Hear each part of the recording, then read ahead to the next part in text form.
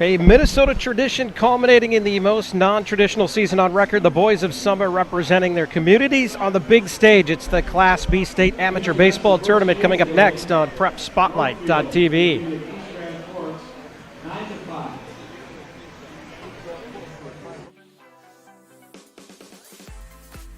The 2020 Class B Minnesota Amateur Baseball Tournament is brought to you in partnership with the Minnesota Baseball Association and presented to you by Xfinity. Xfinity X1 is the hub for all things sports with the Xfinity Sports Zone. And Wings Financial. We're for people like you.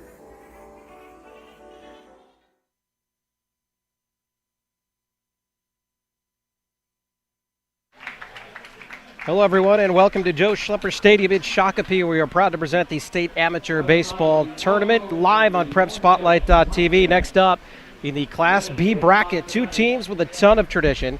Dundas taking on Chaska. Winner on to round two. Loser will see their season come to a close. In fact, Class B, 28 teams, 16-team field as usual, but not usual is the first two rounds are actually single elimination rounds. In prior tournaments, you got to the second weekend, you go into the double elimination portion. So it's Dundas. They'll be the road team in bat first, returning to the state title game last year for the first time in 4 years. Chanhassen rallied to beat the Dukes twice. Dundas denied a sixth state title, but they're back here again. They qualified by sweeping rival Miesville in their playoff series. The Mud Hens back in the losers bracket, so they'll play Coon Rapids tomorrow.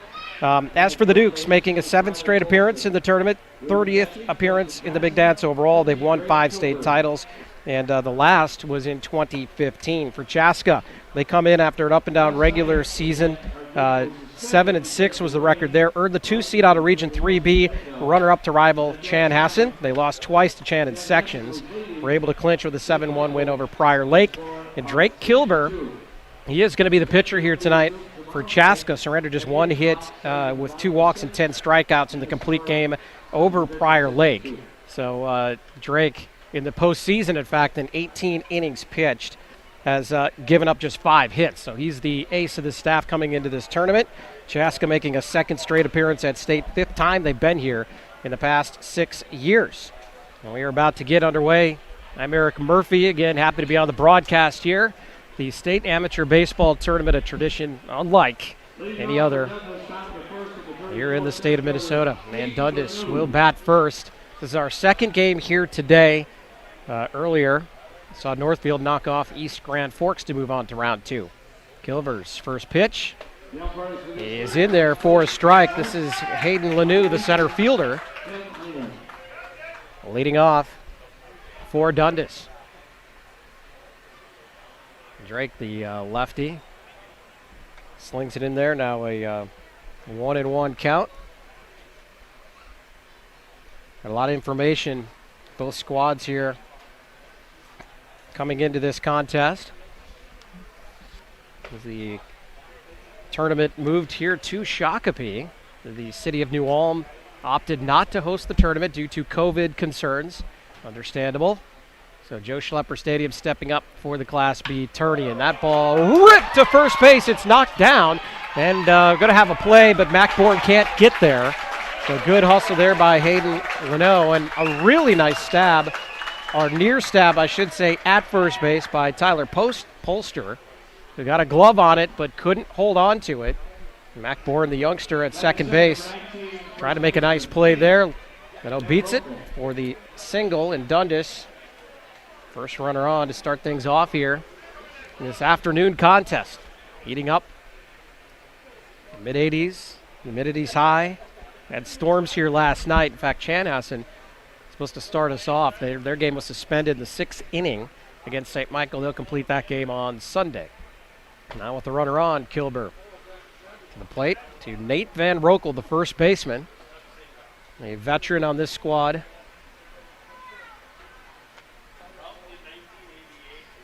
Van Rokel, a New Ulm native, no doubt looking forward maybe for a chance to go home with the Dukes.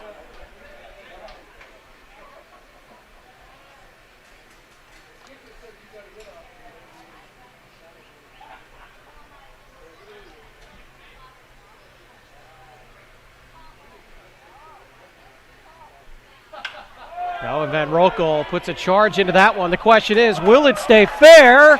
And it's a foul ball. Wow, Van Rokel, I think for a minute there, thought he got it. What a shot, Van Rokel.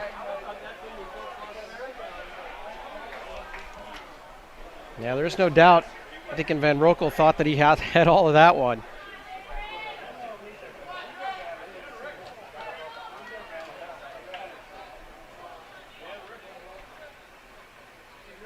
Van Rokel with 1 home run in the regular season. Again, all these seasons abbreviated. Batted .233. Here he is again, swinging. And again, in the air, this should be an out to center field. Mike Elvison is there to put it away. So 1 down for Dundas. Now the catcher, Tyler Jones, comes in, and Tyler, the 2015 state tournament MVP when they won it. His brother Carson is also on the team, but Carson opted out of the season. Again, due to COVID concerns, he opted out. Carson and Tyler joined Dundas in 2006. This is a veteran team. These guys have been on this roster for a long time. And that ball squirts away, but not running on the play is Lanu. Justin Johnson behind the plate today for Chaska. Riley Swanson is also on the roster. He's the Gophers' starting catcher. He is not here today, however. So Johnson will handle the catching duties. Gilbert trying to keep Leno close at first base. But it's another ball, so a 2-0 count here. Again, we have 1 on and 1 out. Greg Gilbert on the mound for Chaska.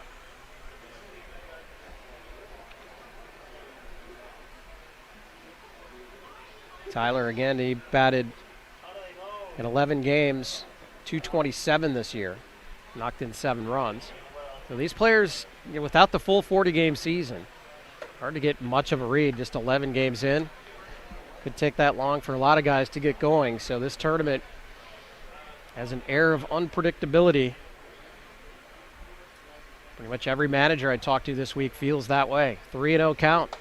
And he walks Jones, Gilbert does, on 4 pitches. So Dundas in business now with 2 on and 1 out. That'll bring up John Bishop, the right fielder. He's a team high 4 home runs this season. 27 jacks since joining the club in 2013. So Bishop definitely the power threat in this lineup. And he's got 2 on for him here, lefty to lefty, strike 1.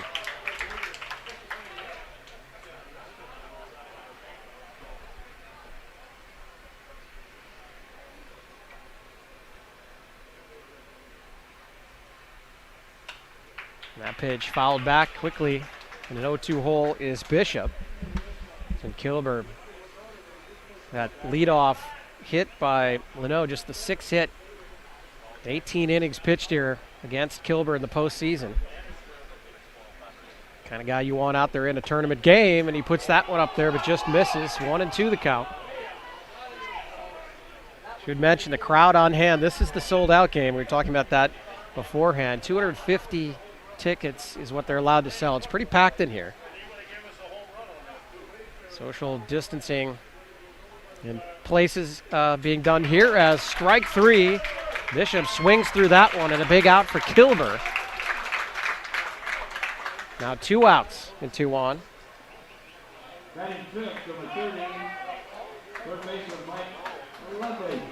Mike Ludwig, third baseman, steps up.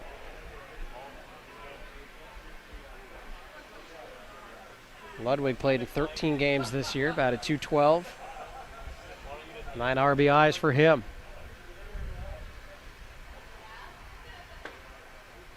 Gilbert delivers, ball 1. Ludwig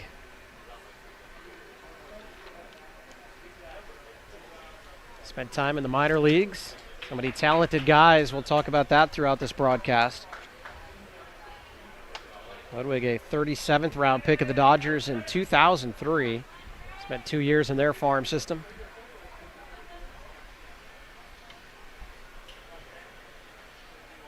Not uncommon to see former professional players come back, join the town ball team. 1-1 the count. Lugwood skies that one high to center field. That'll be another catch for Mike Edlifson. And Dundas strands two for half an inning. Chaska coming to bat, no score.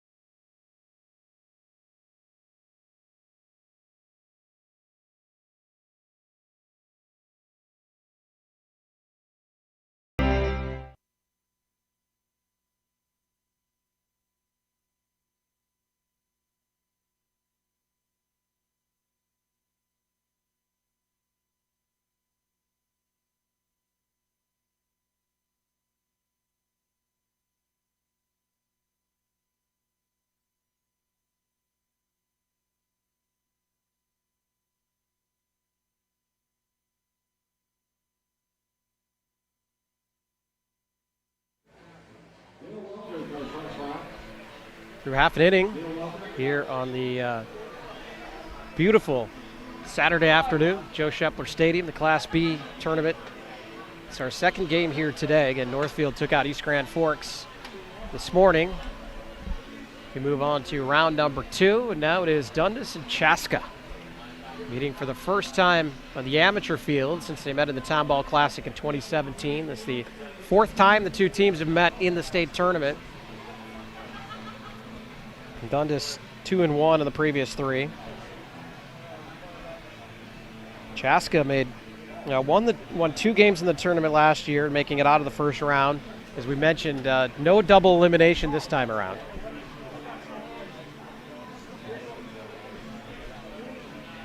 You have to win the first 2 weekends to get into the double elimination. The Cubs started hot out of the gate. They won their first 5 games and lost 4 straight for splitting down the stretch. 2-2 over their final 4. So again, like most, an up and down season. Number 2 seed out of Region 3B, Chan beat him twice in the region tournament. Chan Assen played that suspended game. They're supposed to start us off, be the first completed game of the tournament, but suspended and will be finished Sunday night against St. Michael. They have a 6-2 lead in that contest. And here we have Chaska coming to the dish for the first time. And this is going to be Chris Goodman, the best hitter in the lineup. Apple Valley native, played in the Marlins system. University of Iowa, very talented player. Against Derek Albers of Dundas. Albers, nice year, 5-1, 3.40 ERA.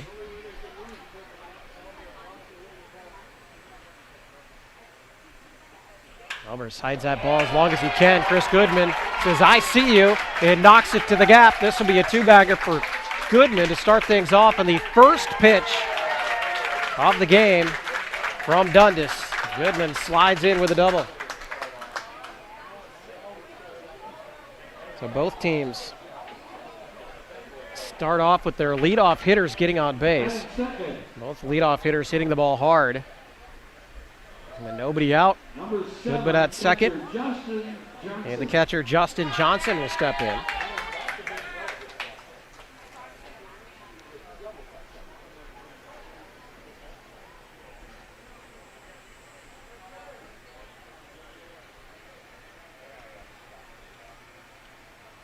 Johnson swinging the first pitch he sees. Down to first. Nice play by Van Rolkel. Albers covers. 1 out, but the ground ball does move Goodman to third.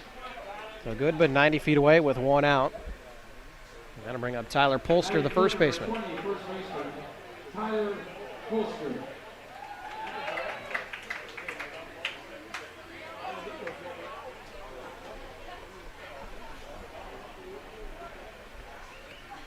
Chaska, veteran team. A lot of high school newcomers mixed with some really salty veterans. Some really, really good ball players up and down this lineup. We'll talk a lot about that as we move on, but they wanted to infuse a little youth. So we already talked about Mac Bourne at second base. Griff Wirtz is on this team. Might remember some of those names from Chaska's 5A state football title. Feels like that was 10 years ago. That was less than a year ago. Bolster just to hang there. Now he's in an 0-2 count against Albers. On deck is Chase Henches, Shakopee native, starring for this Chaska Cubs team. Bolster now, 0-2 count. Albers to the dish. Pops that one. That's going to be fair, it looks like. No, foul ball. Foul ball. Started out fair. Polster had a little better view of it. It wasn't running super hard. That thing sliced down the left field line and foul. Count remains 0-2.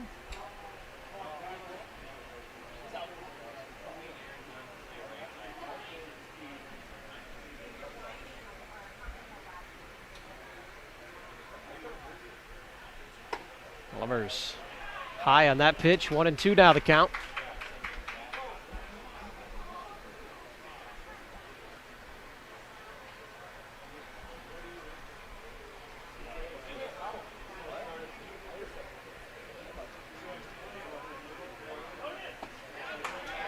Albers, pretty good pitch there. Low, so 2-2. So he's working his way back in to this at bat. 2-2 the count. Runner at third is Chris Goodman after the leadoff double. Moved up on a ground out to first. And that was right on the screws. Polster to the gap. The big man lumbers around first. Oh, he thought about going for two, but it's cut off. Nice defensive play there. An RBI single for Polster. Chaska strikes first. 1-0 here in the bottom of the first inning.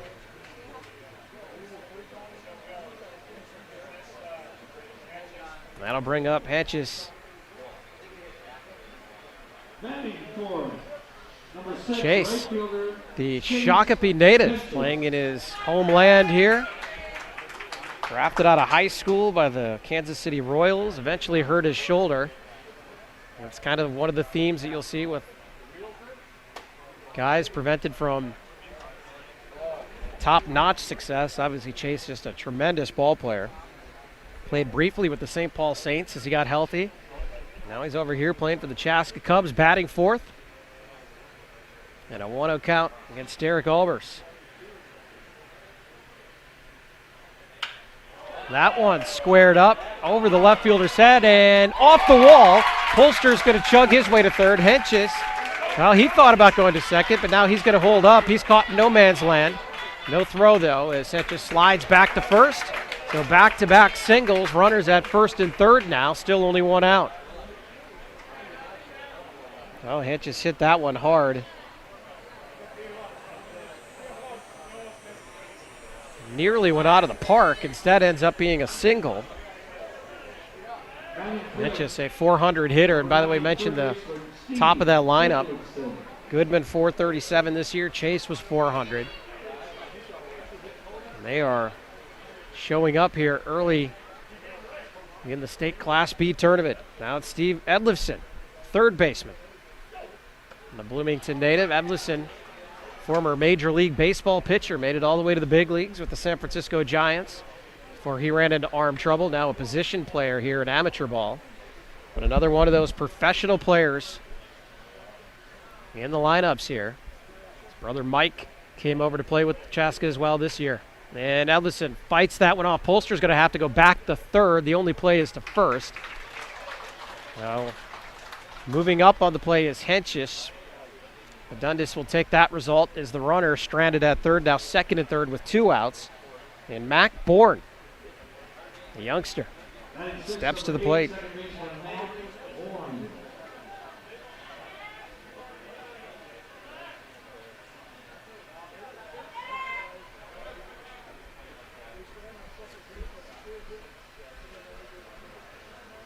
Nice situation for Mac to be in here. Pressure pack situation, second and third, 2 outs. He's swinging, and a tremendous play made at third to snap that one by Mike Ludwig So Dundas gets out of the inning, giving up only a run. Chaska strands two. It's 1-0 Cubs after one.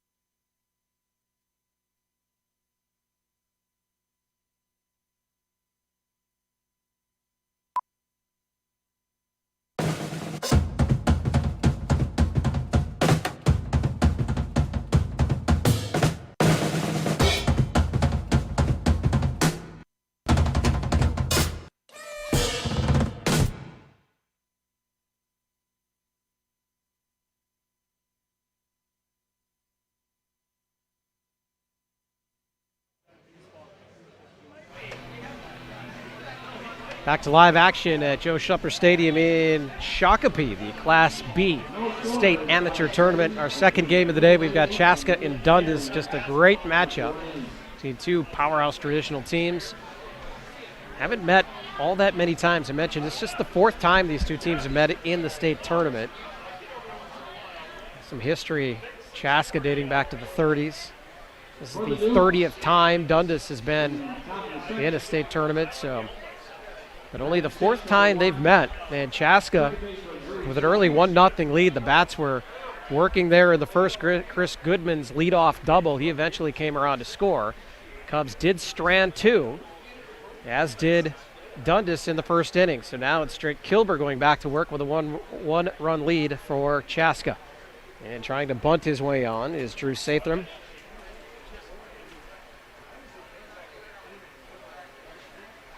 Drew, 18 games this year, batted .313. Added a home run and 9 RBI.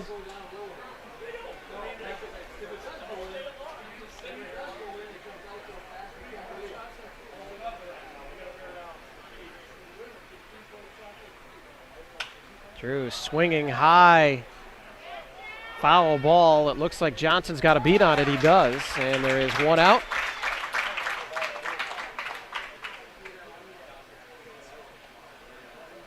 Fly out to the catcher. Todd Matheson will come to the plate. Matheson pitched over parts of 4 seasons with the St. Paul Saints. So here we go again. Another talented player. Matheson, also a 333 hitter this year. He played in only 6 games.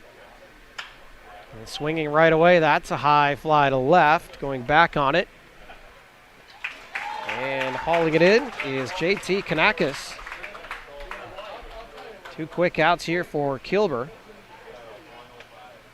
Going to bring up Cody Cashmark. Cashmark played 14 games, batted .261. Left fielder Cody Cashmark.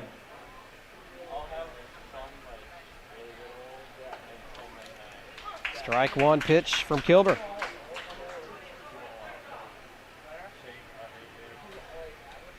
The last time these two met in the state tournament, the 2015 semifinals, obviously won by Dundas as the Dukes went on to win it all. That might make its way through the middle. It does. So how about that? Cody Cashmark with a single. And Dundas with runners on bases now. First 2 innings, we'll see if they can do something here. As Nick Zabel, the DH, comes up. Zabel batted .270. 16 games for Dundas. Again, Dundas got here by sweeping Miesville, their rivals. That's stacked Section 1.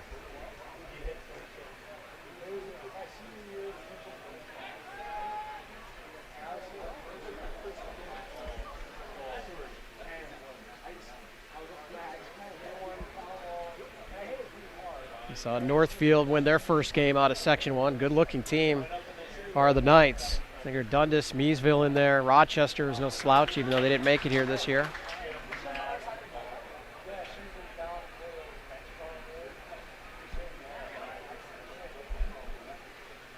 Alco, another great team down there. A lot of really good baseball. And Kilber has him picked off. Maybe the throw is high, cannot be handled by Goodman. Cashmark able to take second.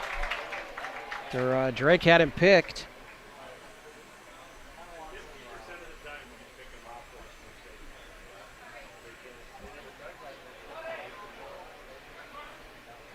Let's see what they score that play.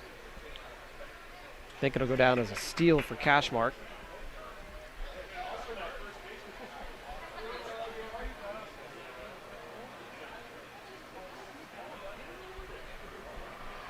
So Cashmark on second, 0-1 count.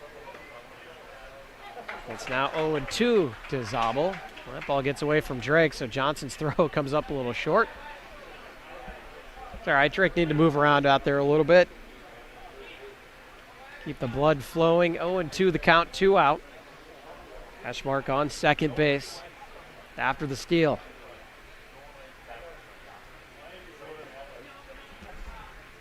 A little low, 1-2.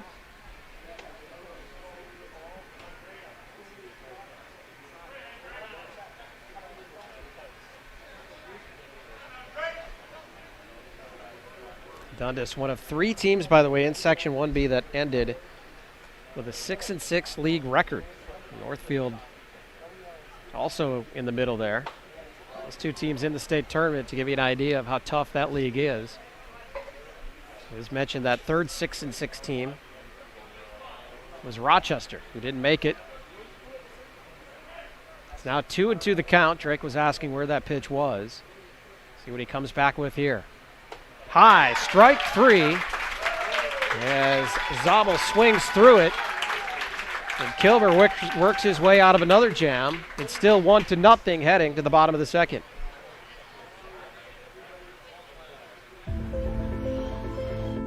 What's special about high school sports? The passion. The excitement.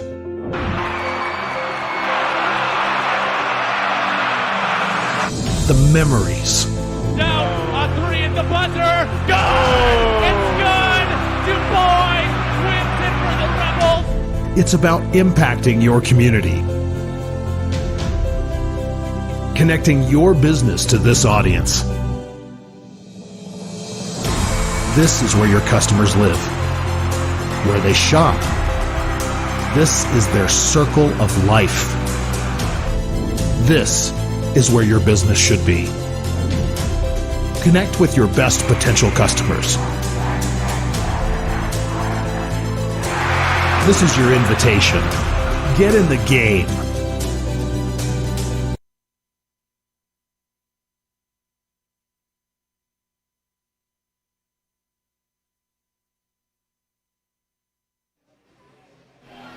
Bottom of the second inning here at the Joe Schlepper Stadium in Shakopee. We've got Chaska taking on Dundas. The Cubs with a 1-0 lead. And coming to the plate, mentioned earlier, Northfield able to outpace East Grand Forks in our first game here. 9-5 was the final there to move on to the second round. They'll play the winner of that suspended Chanhassen game. That Chan game will be played on Sunday. In Class C, we've got a couple finals. Union Hill 13-7 over Avon. Laverne 5-3 winner over Mora. Those games down in southern Minnesota as New Ulm opted out as host this year. We've got the classes spread out. Class B, every game will take place here in Shakopee. Derek Albert's first pitch to J.T. Kanakis, former Minnesota Golden Gopher. The left fielder here for the Chaska Cubs. 1-0 count.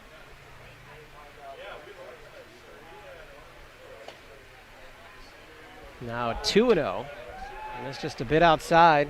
Both pitchers kind of staring in. Still trying to figure out the strike zone here.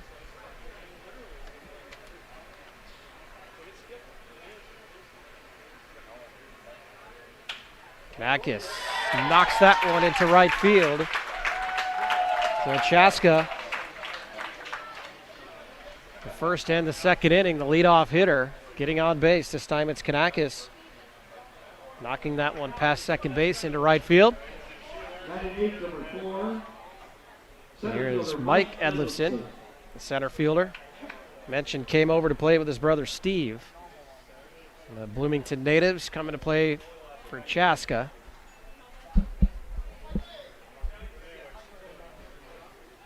Albers, quick move. Kanakis gets back.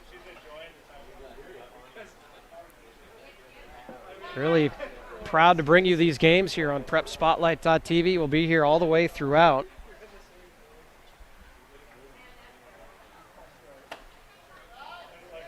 Showing bunt was Edlifson, pulls it back, and it's a 1-0 count. Next up, late afternoon game, we've got Elko, speaking of Region 1B, taking on Moorhead Mudcats. And then our nightcapper tonight, Champlain Park and Victoria.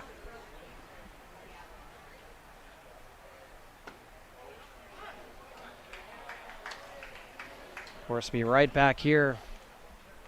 Another slate of games tomorrow.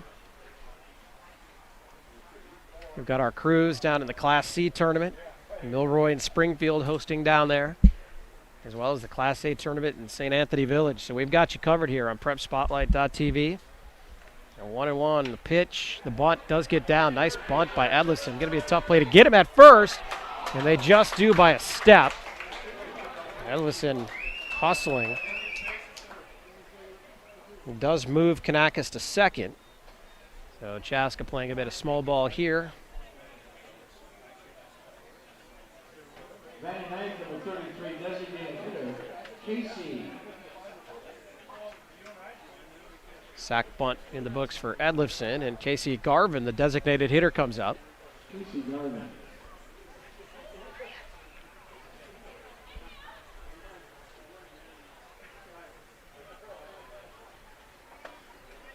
Albers drops that one in for a strike.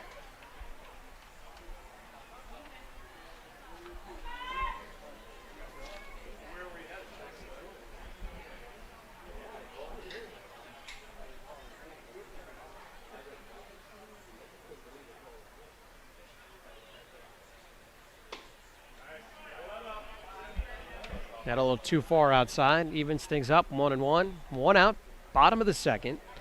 Chaska struck first. Chris Goodman double. Eventually came around to score. Both teams stranding runners here early as well. Both stranded 2 runners in the first. Dundas stranded a runner at second in the top of the second inning. And now you've got Kanakis standing out there at second. The number 9 hitter, Casey Garvin, at the plate. Goodman on deck.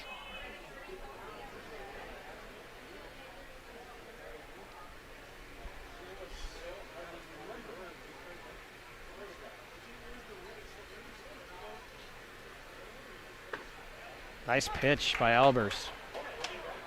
Nicks that outside corner. Garvin doesn't like it, but it is 2-2. So he'll step back, think it through a little bit. Collect his thoughts.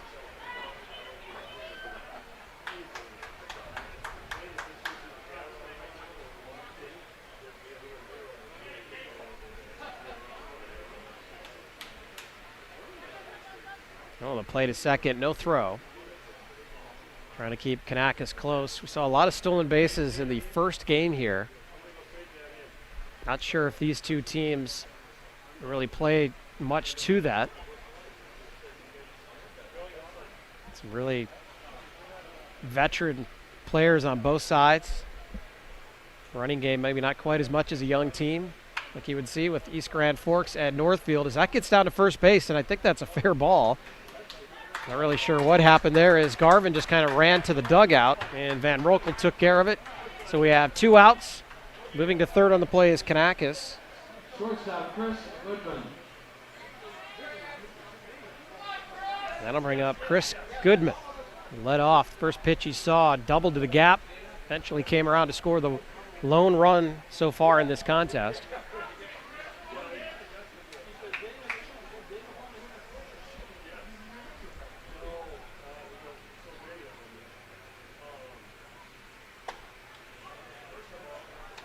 See how Albers decides to pitch Goodman. That's first pitch a little high. 1-0 the count.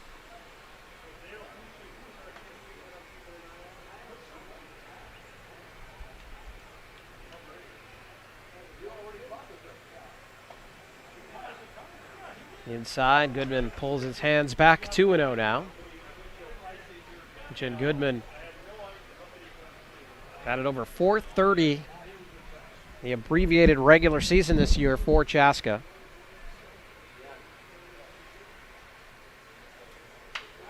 Well, he was on that one, but fouls it back. 2-1 now to count. Goodman would like to have that one back, no doubt.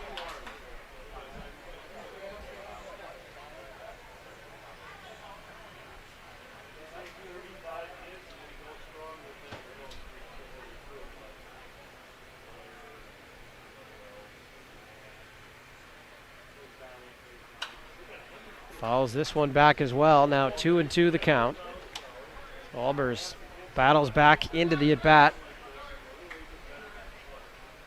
Get a nice crowd here. This is the sold-out session. Both of these teams travel really well. We got fans lined up. Now the baselines, this grandstand is pretty full. As the 2-2 pitch. Goodman hung tough on that one to stay alive.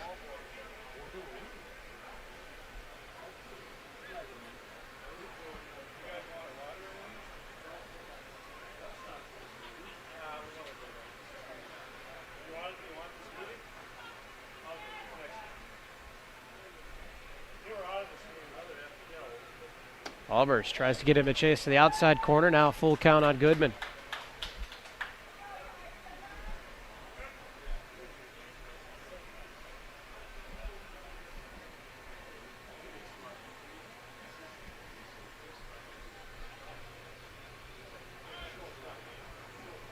Mentioned both these teams with the success they had last year, hoping to carry some of that over to this season's tournament. Obviously, it's hard to do year to year anyway. Not to mention the abbreviated summer that we had. As a 3-2 pitch. Swung on and fouled back. Goodman hanging in there. Chaska winning 2 games in the tournament last year. Dundas was in pole position. We're watching Chanhassen rally back and win twice to take their second straight Class B title. Good quality baseball at this level. And he throws it past Goodman. Albers gets out of the inning. They strand Kanakis at third after 2. It remains 1-0 Chaska.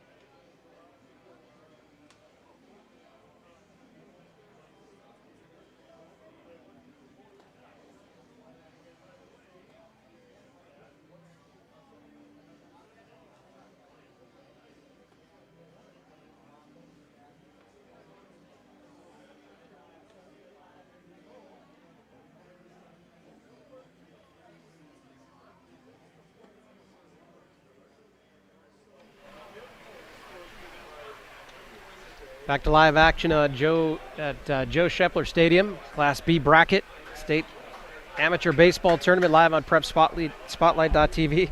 I'm Eric Murphy. Happy to be with you. A couple other scores going on in the Class A bracket. Minneapolis Cobras 12-1 over the St. Anthony Hogs. And in C-ball, Lake Henry Midway are zeros after 2. We are 1-0 Chaska. They pushed one across in the first.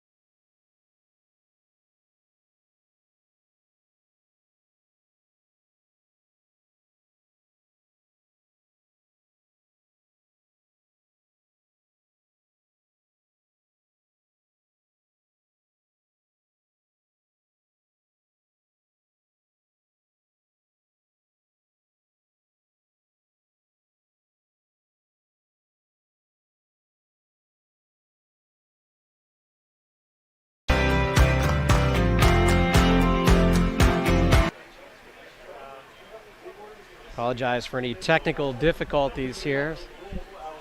We are an internet setup here, so maybe some intermittent issues. I'll do my best to keep the score bug updated for you as well.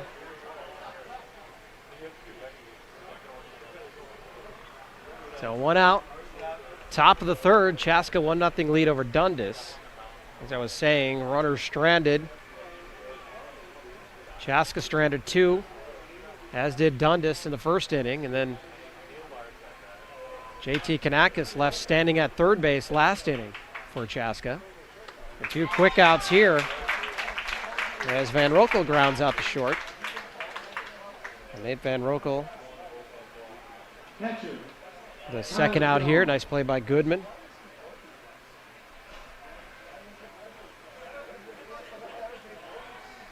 Tyler Jones, the catcher, comes up, walked his first time up.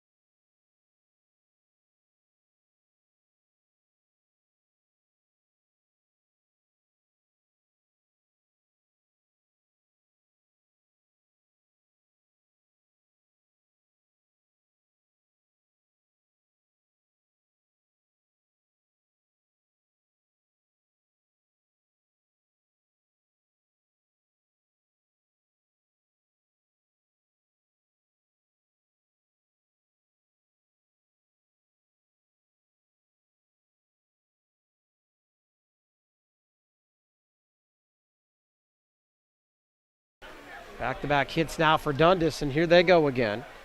A little 2-out rally.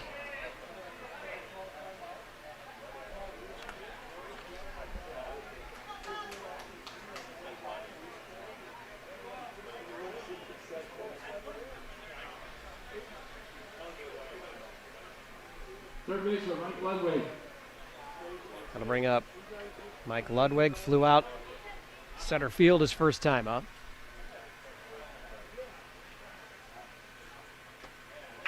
Swings through the first pitch, an off-speed pitch by Kilber. 0-1 the count, 2 outs. Kilber, 2 quick outs to begin the inning, back-to-back singles.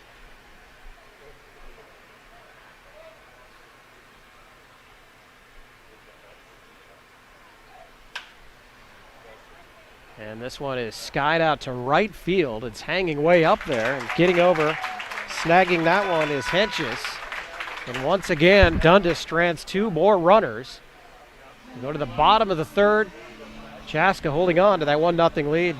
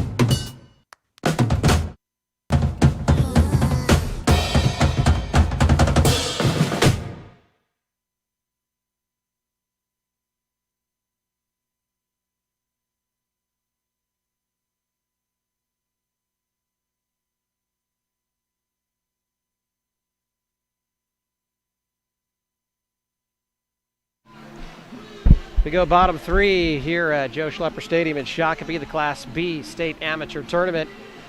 Chaska will look to add to its 1-0 lead. Dundas has had chances. Stranded 2 runners in the first, a runner in the second, and 2 more in the third inning. Drake Kilber, Cubs starter, able to work his way out of that all 3 times. Chaska Leadoff man Chris Goodman started the game with a double, came around to score. That is our lone run. Each team also has 4 hits, so Chaska's also stranded runners. 2 in the first, and stranded JT Kanakis at third base last inning. They do have the part of the order coming up. Bottom of the third, Justin Johnson, the catcher, will lead things off. He grounded out to first. His first time up. Mentioned Riley Swenson also on the roster, but he's not here today. And he is current Gopher catcher.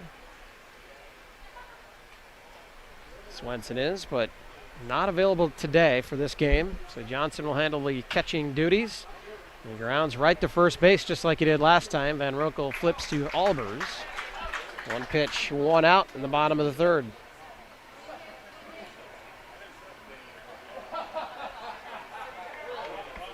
And Tyler Polster had an RBI single in the first. Brought in Goodman from third base.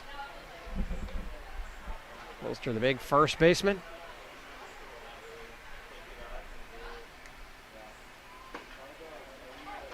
Albers. Mentioned he went 5-1 in the regular season, gets the call here today. It's a really good Chaska lineup. Polster pops that one up in the infield. Albers calls everybody off, grabs it for out number 2. Both pitchers in the third get 2 quick outs. And that'll be up to Chase Henches.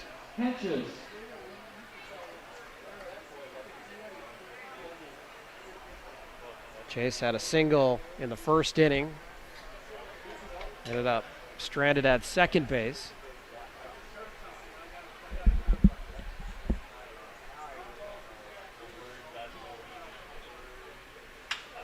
And he singles here right up the middle. So this game following a similar script, both sides. To Dundas last on their half of it at bat in the third inning.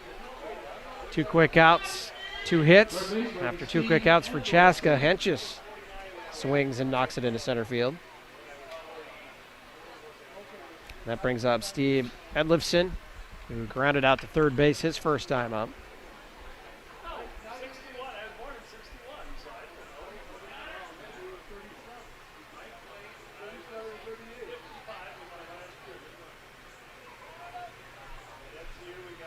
First pitch in the dirt, Henches will hold at first.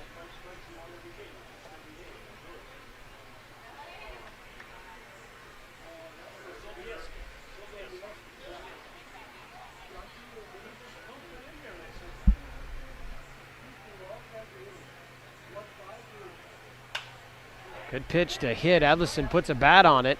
It's going to be, well, I thought it would be a tough play for a second, but hung up there for a while. The fly out to right field ends the inning after 3. Still, Chaska 1, Dundas nothing.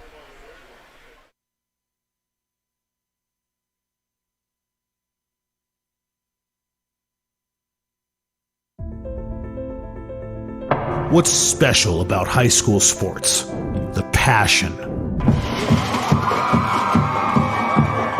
the excitement,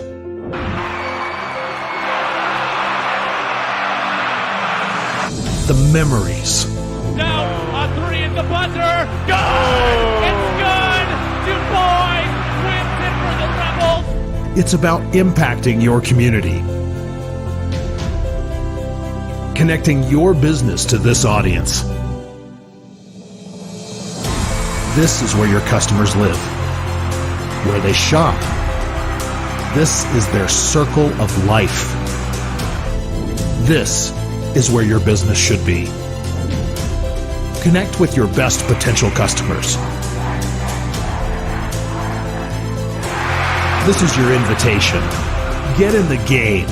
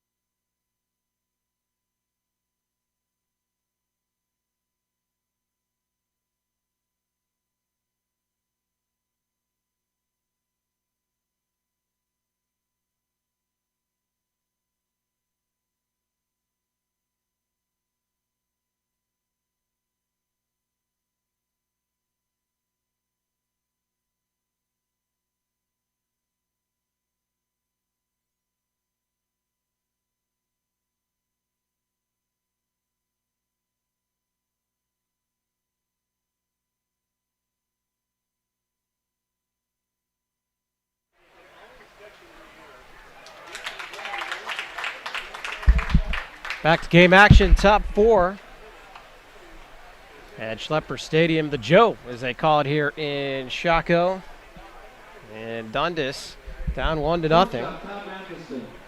That was Drew Sathram flying out to center field for the first out.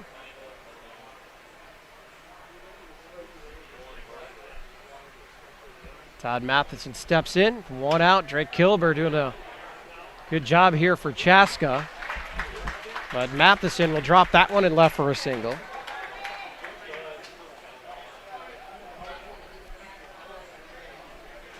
And all 4 innings now, so no clean innings for Drake. All 4 innings, Dundas had base runners. Lefter, Kobe, Cashbot. 5 singles now for Dundas in this contest. We mentioned the stranded runners. Both teams have now in every single inning. Kilber out of the plate as Cody Cashmark steps in. Cashmark singled in the second inning.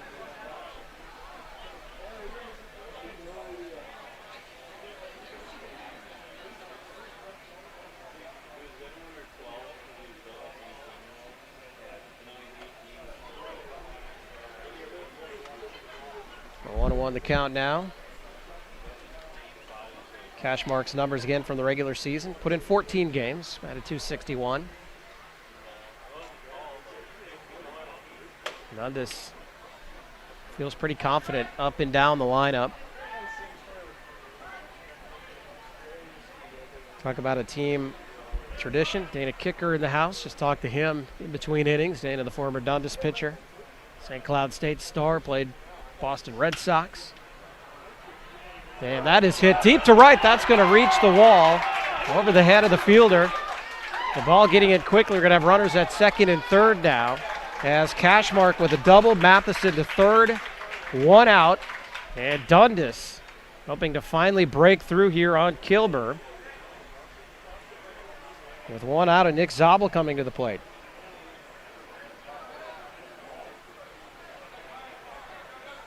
Back-to-back hits. And that one had some carry to it. As Cashmark hit that one out, it looked like Hentges might have a beat on it, but that was over his head. 1 bouncer to the wall.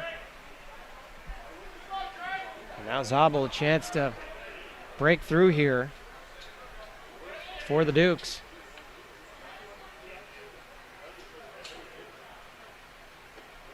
Swing and a miss. The Chaska crowd a little fired up here, trying to help Kilber bear down. Mentioned 5 singles coming into the inning. As Kilber's pitch misses, 1-1 the count. And that equaled total hit count in 18 innings for Kilber in regional play. So different deal with Dundas in this solid lineup. Time called by Zabel.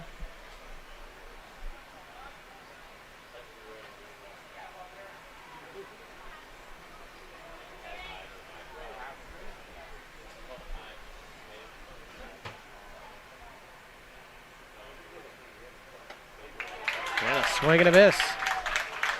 Now 1-2 the count. Zabel, the DH, batting 9th in this lineup. Dundas now out hitting Chaska 6-5. And yet to get the big one. Runners on second and third, 1 out. Kilber wastes that pitch into the dirt, 2-2 the count.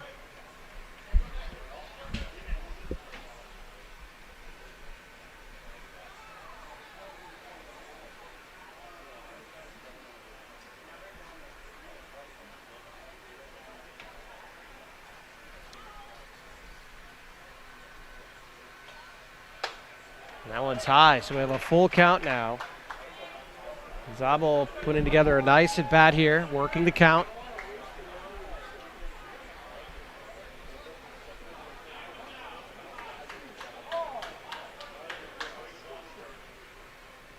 Three-two count. It's popped up to the right side. Does Polster have a play? Couldn't see it, but he catches it, says the umpire. So that one was out of sight from us, but a huge out for Kilber. Now 2 outs. Holster did a great job getting over there and kind of made a basket-type catch. Getting out of our view of the dugout, cutting us off. But now 2 outs and runners at second and third. Back to the top of the lineup. Hayden Lanou, he singled his first time up in the first.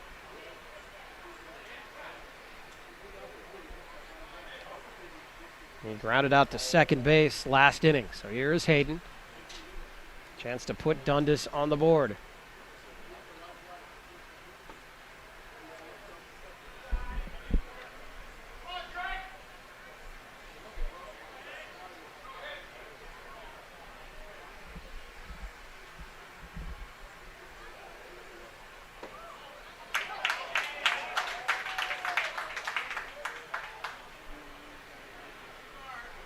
One and one now the count as Kilber puts that one across. Dundas trying to make Drake work here. There he drops that one in, the lefty on lefty matchup. That's a nice pitch from a left-hander to a left-handed batter. Lanou. Now down to the count, 1 and 2. Again, 2 outs, runners on second and third. Can Kilber strand more Dukes on the base pass? That one down low, 2 and 2 the count.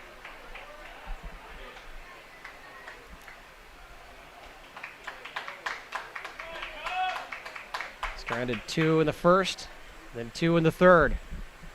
2 on and 2 out here in the fourth.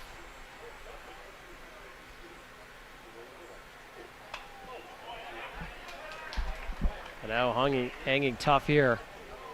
Able to follow that one back to the netting.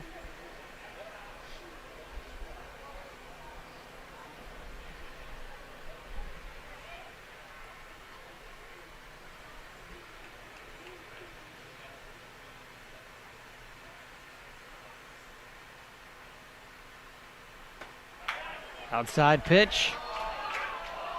Chaska faithful wanted it. Instead, works the count full. 3-2 the count. Tell the weight on these pitches. That throws it down the middle, and Lanou's going to drop it into left. That'll score 2. Dundas taking the 2-1 lead on the 2-run single by Hayden Lanou.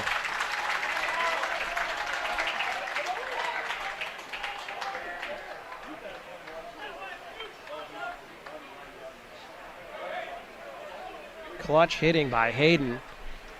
Dundas finally breaks through here in the fourth inning. Figured that dam was going to break eventually as they just continue to get runners on base. And now Kilber has to deal with the big right-handed hitting Nate Van Roekel, excuse me.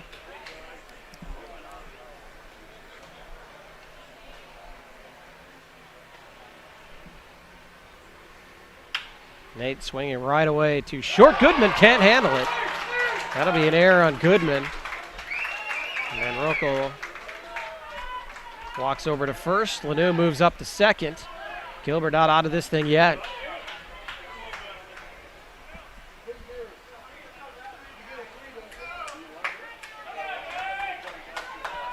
So now with Tyler Jones coming up, he's walked and singled in this game.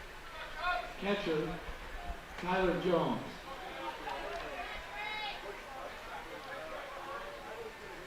Tyler.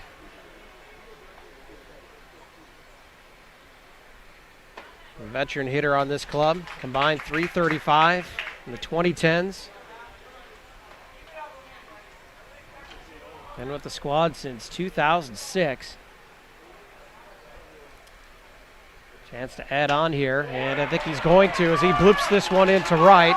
Renault's running Hedges with a good arm. He throws behind the runner at second, Van Roekel, and he's tagged out before the run scores. Dundas denied the run. The half inning ends with Dundas a 2-1 lead. It could have been worse. The Dukes do finally strikes. We head to the bottom of 4. And Dundas now taking control 2-1.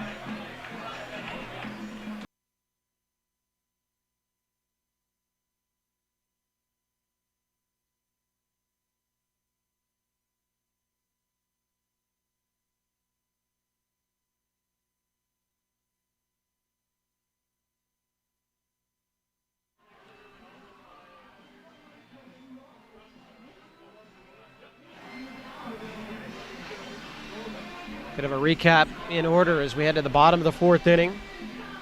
And Dundas able to take a 2-1 lead over Chaska, and they were knocking on the door there for a while against Drake Kilber, the Chaska ace, stranding multiple runners in the first and second inning, finally able to break through. They had 4 hits in the inning. They end up with just the 2 runs.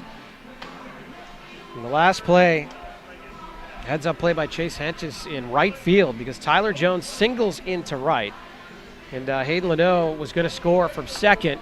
They threw behind Van Rokel, the runner who was on first, rounded second base. They threw behind him. He was tagged out before Hayden could score. So they don't get the run, and Chaska gets out of the inning without further damage. Great heads-up play by Chase in that situation. I mentioned Dundas been knocking on the door. Could be a lot worse. And here they are now finally with a 2-1 lead. They've got 8 hits in this game against Kilber. So far only 2 runs to show for it. Chaska take another shot here at Nate Albers. Second baseman, Matt Bourne.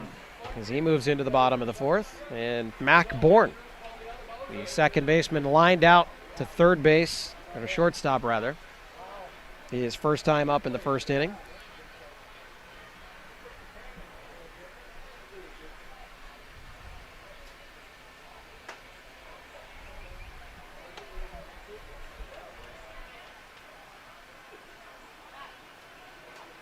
There could be a lot of strikeouts here. We saw in the first game, Northfield starting pitcher John Ludwig with 14 strikeouts in that contest. Albers into the fourth inning here has struck out just 1 batter. Surrendered 5 hits in the 1 run. And Chaska also guilty of stranding runners in the first and the second inning. There's a shot down the third base line. That is foul. So a 2-1 count now on Mac Bourne. Mac, one of the youngsters on the team this year, as we mentioned. Along with Griff Wirtz, Charlie Dardis played this year with Chaska.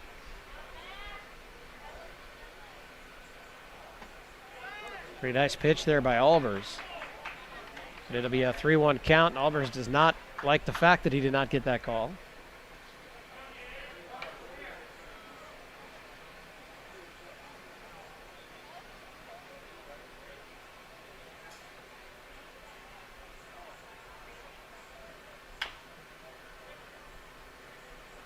Mac knocks that one down the line. I believe this is a full count. Scoreboard says 2-2. And the umpire gives us the signal. It is indeed a full count.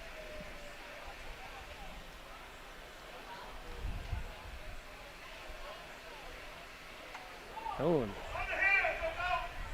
check swing there by Bourne. Ball ricochets off toward the Chaska dugout.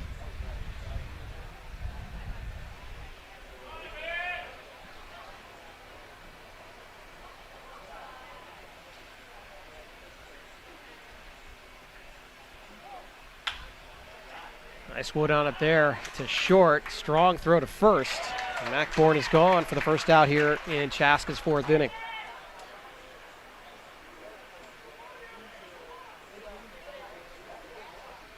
Todd Matheson showing off the throwing arm there. Left fielder J.T. Kanakis. That'll bring up J.T. Kanakis.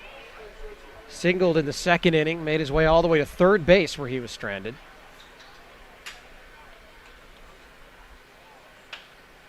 Trying to bloop one into right again, and he will. So Kanakis, the former Minnesota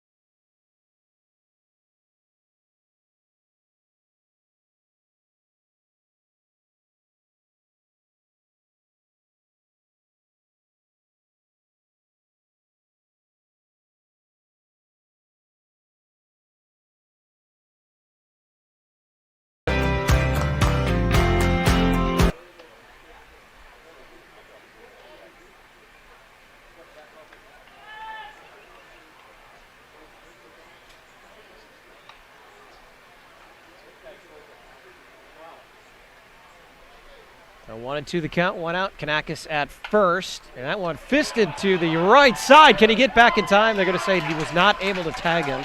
Nice play by Van Rokel over there. He just couldn't get back in time. Kanakis dove underneath that tag. So a near double play, but it is out number 2. And the line out to Van Rokel. Now the designated hitter, number 9 batter, Casey Garvin, steps in. He grounded to Van Rokel his first time up. 2-1 our score. Chaska struck first in the first inning. Held on to that 1-0 lead until the top half of the fourth. Dundas finally able to push across 2 runs. Could have been worse if not for a great defensive play by Chase Henches.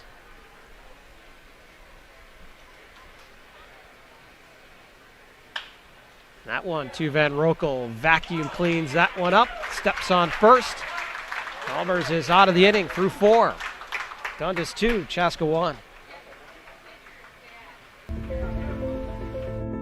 What's special about high school sports? The passion, the excitement,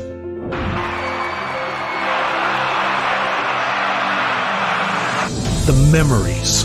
Now a 3 at the buzzer. Good! It's good! DuBois wins it for the Rebels. It's about impacting your community, connecting your business to this audience. This is where your customers live, where they shop. This is their circle of life. This is where your business should be. Connect with your best potential customers. This is your invitation. Get in the game.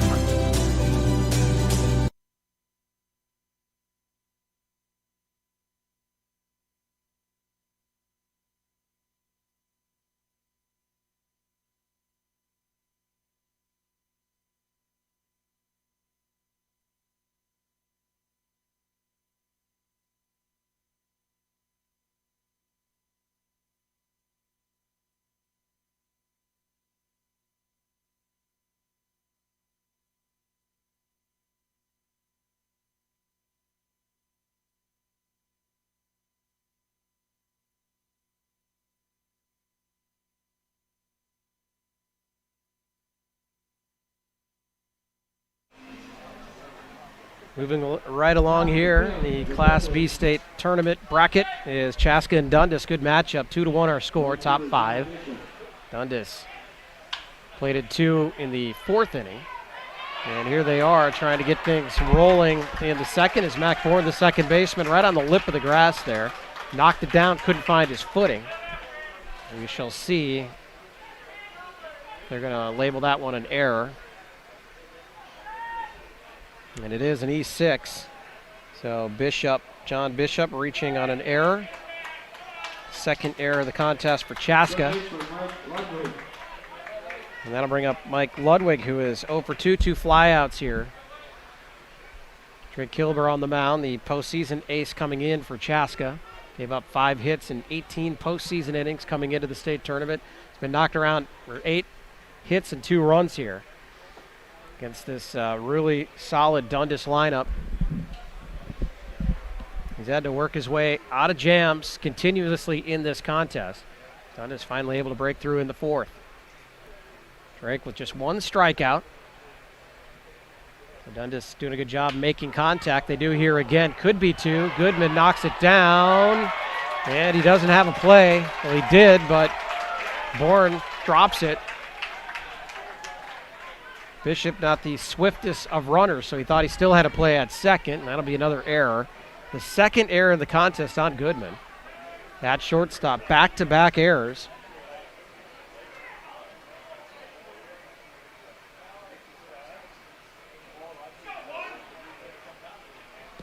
And Dundas, with nobody out, has runners at first and second. Drake's going to have to work to get out of this one again as Drew Sathram comes to the plate. Drew went 5 for 8 with a home run in the Dukes series win over Maysville. This is his 7th year with Dundas.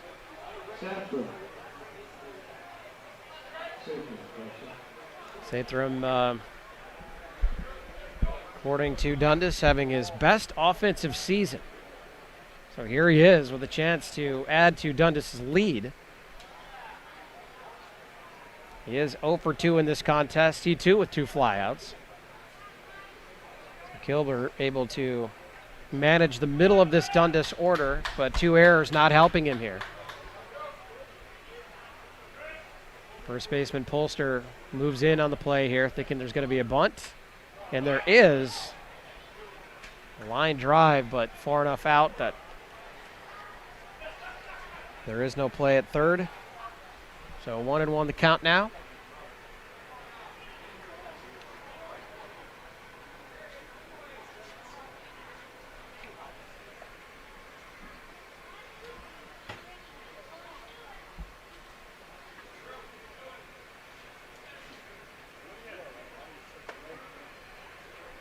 Shows bunt again.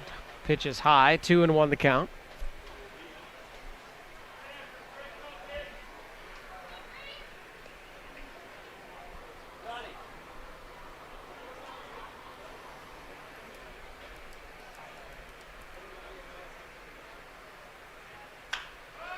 That one to center field. Going to be a tough play, but making it on the run and trying to double up at second base. So that was Edlifson, Mike Edlifson. Good speed, we mentioned. Comes in to make that catch. Not exactly sure what Bishop was thinking. It's a little far off second base there, but he probably figured if that dropped in, he's going to have to hustle to get to third. So just trying to play as far down the line as he could. That is a huge out for Kilber. Brings up Todd Matheson, who singled and scored his last time up.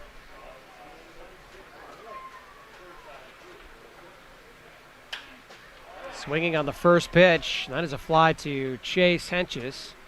Got a good arm out there. Bishop fiends that he's going to tag up and score. He will, in fact, hold tight. Back-to-back fly balls. 2 quick outs for Kilber. Cody Cashmark comes up. He doubled his last time up, also scored a run. Left fielder Cody Cashmark. Cashmark also singled in the second, so a 2 for 2. Run scored, also has a stolen base. Cody filling the stat sheet early in this Class B opener. Swung on and missed. Kilber can escape this jam. This will be his best work yet in this contest. First and second, no outs. To first and second, 2 outs. But a good hitter at the plate to third. And a nice play there made by Edlifson. Steps on the bag. Drake Kilber gets out of it. Through 4.5. Dundas holding down the 2-1 lead.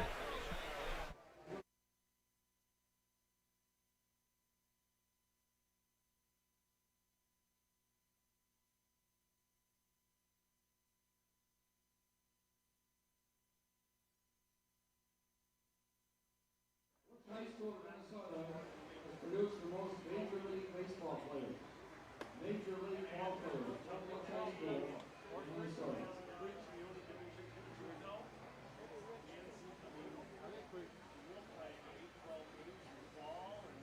We have a spring school of high school. Dale Walters, you know, Kickers, you know. We like, who knows?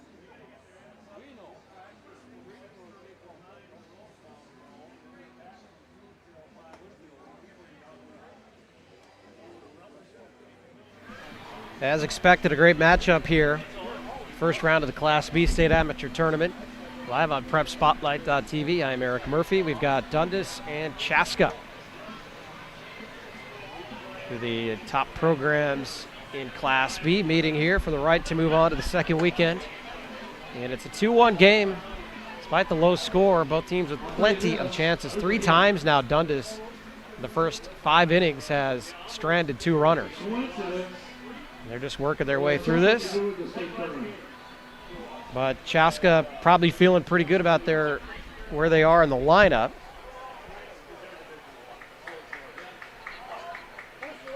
Go home reserve, 3 major leaguers, 3 gentlemen. Next to the majors, Terry Steinbach, Ryan Robbie, and Hoffman. Remember his first name, Hoffman. Jamie Hoffman, I believe.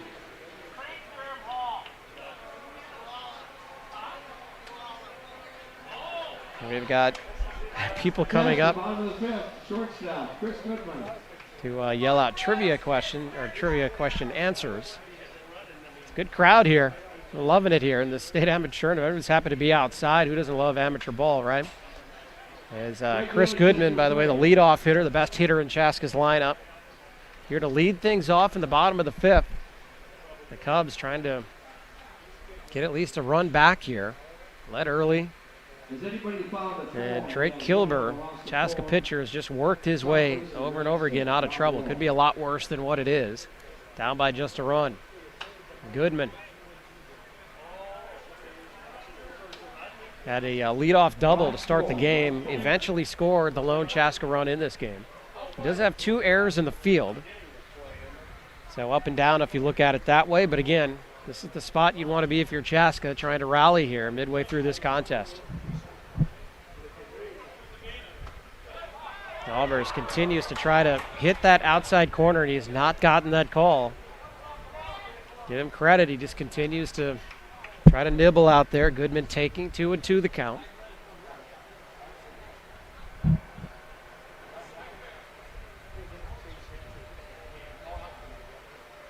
That one's in the dirt, so we'll go full count here on Goodman. Former University of Iowa player, Apple Valley native. Played in the Marlins organization.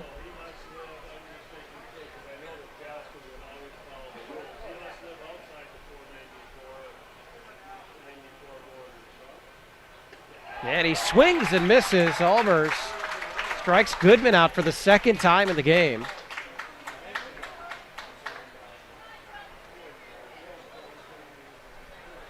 Got to bring up Justin Johnson, the catcher, grounded to first twice. Catcher, Justin Johnson.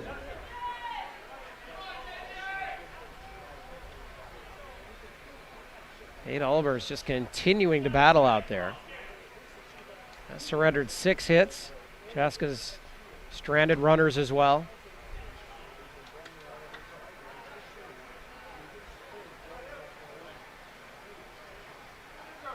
JT Kanakis, in fact, in the 2nd inning, stranded at 3rd base. If the score continues to stay like this, that'll loom large, obviously, as that one is a fly ball into foul territory, cannot be caught. Johnson with another chance here.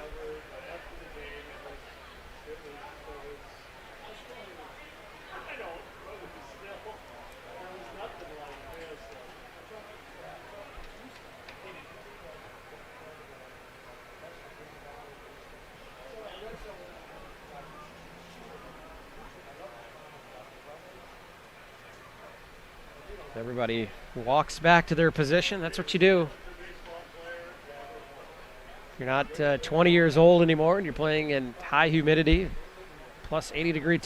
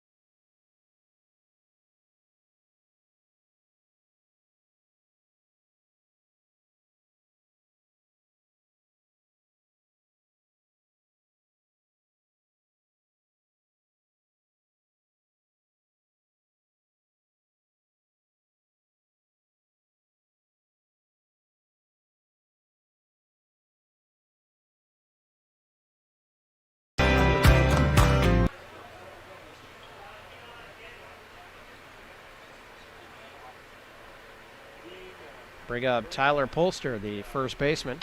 And he swings it into the gap in right. That'll be a single for Tyler, his second of the game.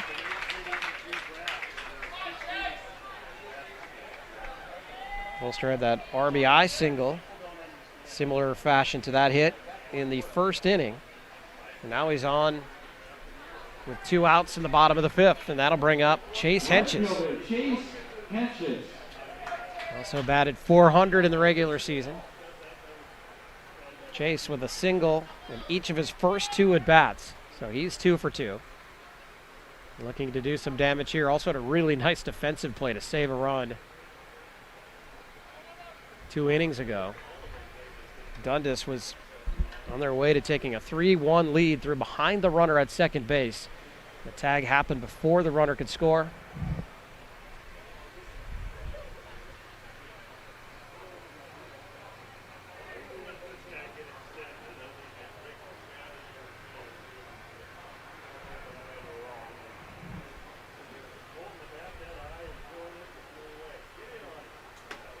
Albers goes right back to the corner, this time gets the call. 1-1 the count. Mention Henches, the Shakopee native. It's obviously the home field of the Shakopee Indians and the Shakopee, assuming they're the Coyotes, B and C clubs. Oh, he squared that one up, but can he get it over the center fielder's head? To the wall, yes, right off the base of the wall. Polster will hold up at third, and Henches will actually hold up at first. That's the longest single you'll see in this ballpark as he hit it to the black monster in center field, right off the base of the wall. Polster hustling over to third base. So with 2 outs, a little bit of a rally here for the Cubs. Now first and third for Steve Edlifson. And he is 0 for 2, ground out third base, flew out to right field. Third baseman, former San Francisco Giant pitcher, does not pitch in amateur ball.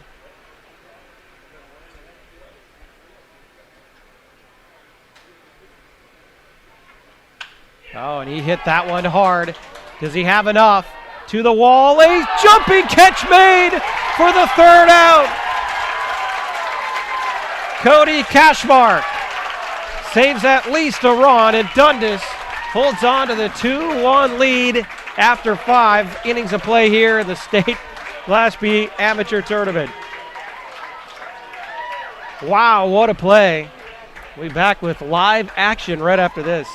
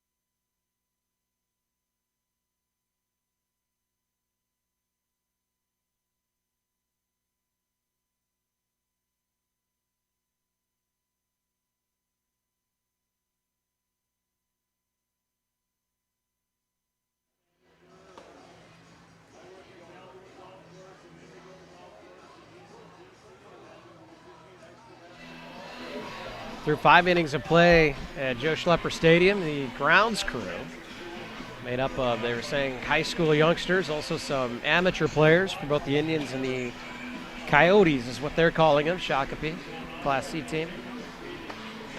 And here helping out in that field back in good shape. We're midway through this contest, and Chaska trying to rally, a 2-out rally. Runners on first and third in the last inning. Steve Edlifson Hit a shot out to left field, but Cody Cashmark tracked it, and he jumped the last second right at the base of the wall to make just a great catch. So defense on display here for Dundas in this contest. They've been really good defensively. Able to hold on to that 2-1 lead. So we've had a little bit of everything. A lot of stranded runners here, some really gritty pitching, and some stellar defense from the Dundas Dukes. And they're up here in the top of the 6th inning. Got Nick Zabel, the DH, at the plate. Nick has struck out, and he flew out to first base.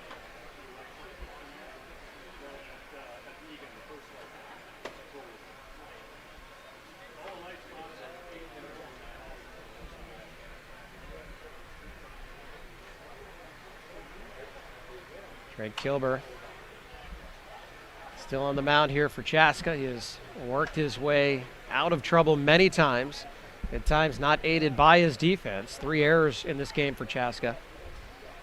2 coming in the last inning, but Kilber got out of it without surrendering any runs. And here he is now, 2-2 count on the DH Zabel.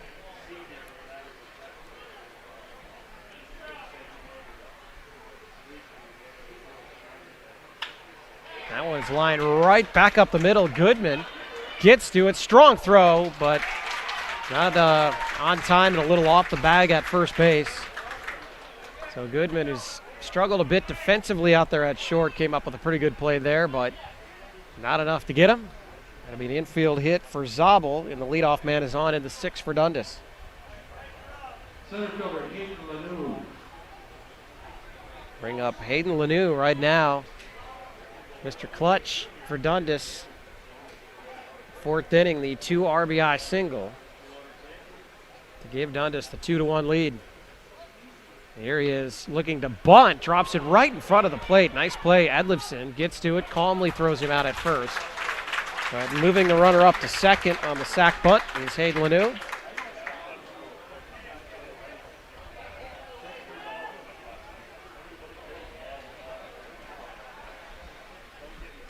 Continuing to apply pressure to Drake Kilber. That is what Dundas is trying to do here, get a runner in scoring position. That's what they have here with 1 out.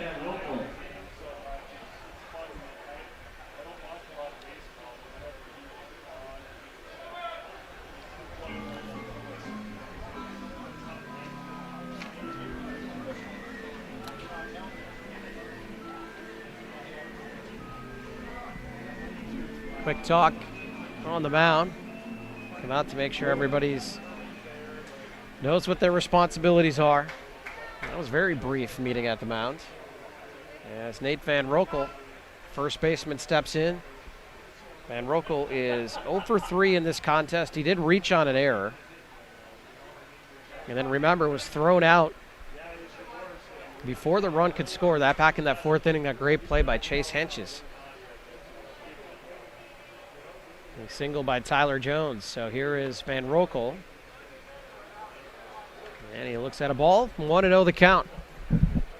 Nick Zabel standing on second base after the sac bunt by Hayden Lanou. You see a low-scoring game. Dundas is trying to push anything across that they can here.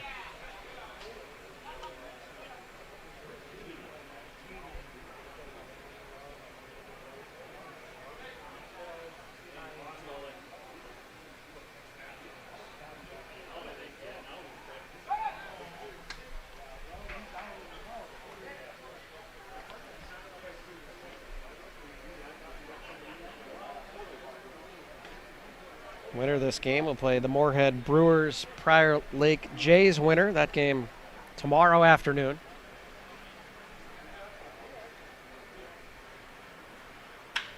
As this one's hit to the gap, that's going to bring in a run. Van Rokel will take 2 for the double. Lanou comes in to score, Zabel comes in to score. And it's a 3-1 advantage, Dundas.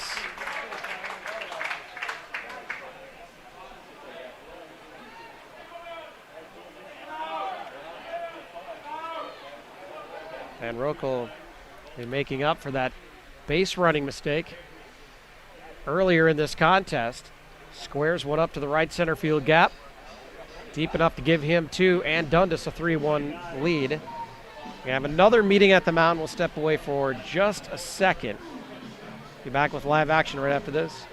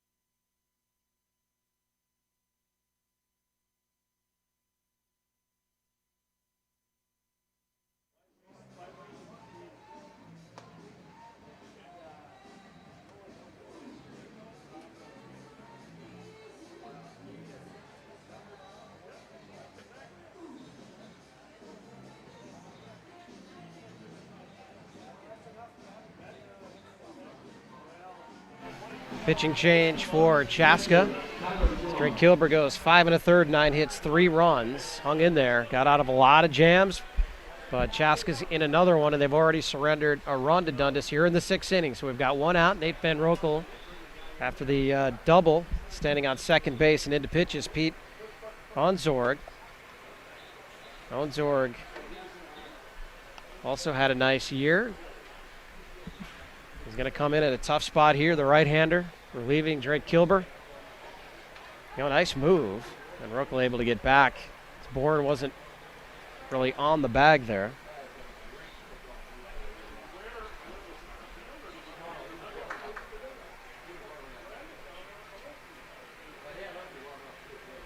Another nice move, but Bourne isn't actually getting over, so Onzorg is just kind of throwing it out there to second, and Johnson wants to come talk to him and maybe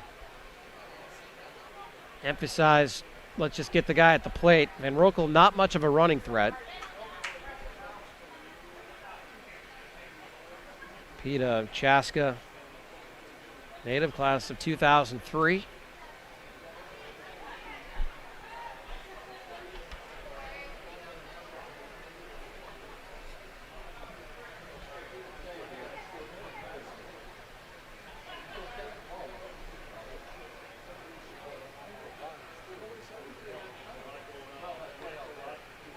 Pete comes to the plate. That one is a shot to right, or left, excuse me, and that's going to drop in there. Van Rokel will move up to third. That was just kind of in no man's land.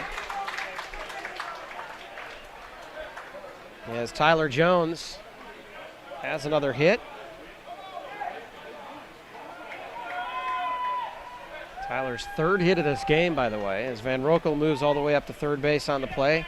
As mentioned, Van Rokel, not a swift runner by any means, but able to easily take third there, as that one just dropped in between 3 defenders. Tough defensive play that would have been for Chaska to make. So update our score bug. 3-1 is our score. In the top of the 6th inning, there's one out, runners at the corners. Pete Onzorg in to pitch, relieving the starter Drake Kilber. A tough spot. John Bishop at the plate. The big lefty smokes one off the glove of Polster at first. And Bourne gets over to cover, but Van Rokel easily scores to give Dundas a 4-1 lead.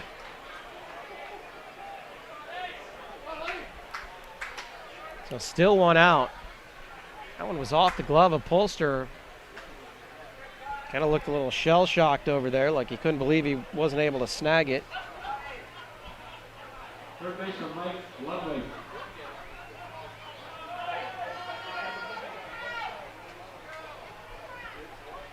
And Mike Ludwig comes up. He is 0 for 3, flat out twice, reached on an error. Where they have got Chaska right where they want him. And figured continue to get runners on base. Eventually, floodgates might open. Dundas just 1 out here, still 2 on. 2 runs across in the inning, 4-1.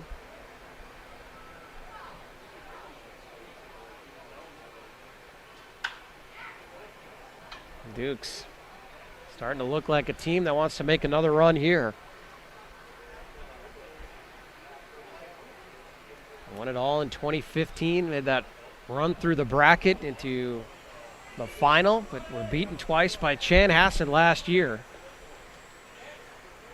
And they caught everyone's attention by buzzing through Meesville, their rivals in region play.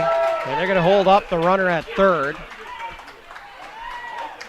As the hit parade is on, Ludwig with a single to left. Base is now loaded for Drew Sathram.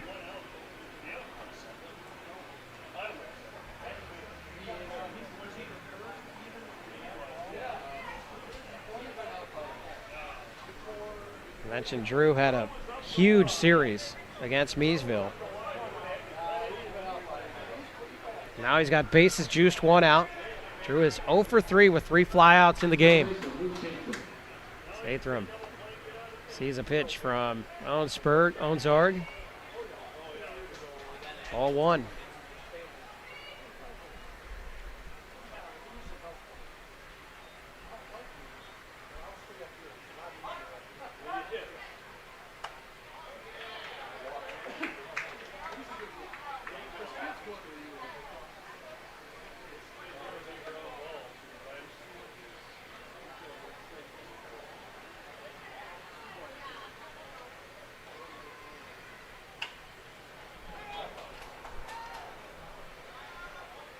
Now 1-1 the count on Sathram. Hunzor came in obviously in a tough spot. This Dundas lineup red hot right now. 13 hits now in the game. That's down the line and just foul. That would have scored at least 2. Sounded like Drew cracked his bat as well. He'll go get another piece of lumber.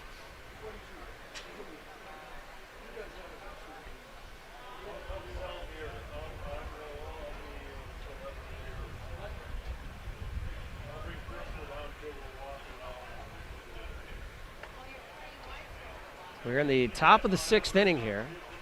Dundas has pushed 2 runs across the plate already. There's still only 1 out. Bases are loaded. The Dundas second baseman, Drew Sathram. Mentioned his last time up last inning, in the midst of his best offensive season for Dundas. Up in a big spot here, 2-2 the count. And he gets that one through the middle. Now they're going to send Bishop home. Throw from center field comes in, it's cut off. And Polster's throw is late, so 2 more runs in on the 2 RBI double by Drew Sathram.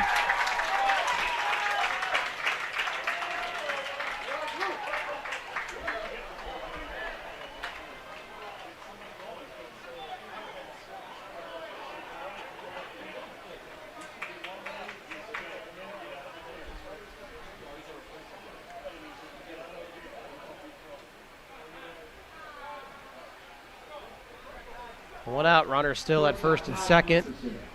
2 RBI single from Sathram. 6-1. Dundas trying to break this thing wide open, and that is dumped into left field. Runner holds at third. Todd Matheson getting in on it. On the hitting fun as we have bases loaded again. Still only 1 out. And Chaska's going to have to think it over here again. They might make another pitching change.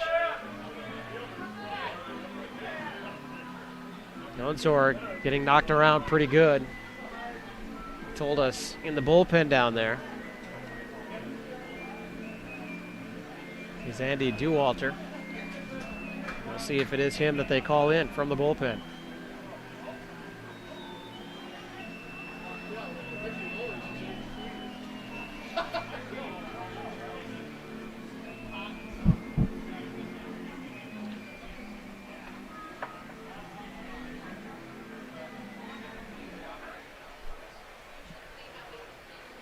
Now they're going to say with Onzorg here. Again, in a tight spot. He got brought in a tight spot, but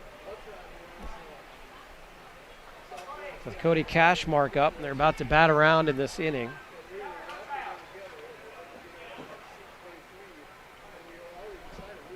Left fielder Cody Cashmark.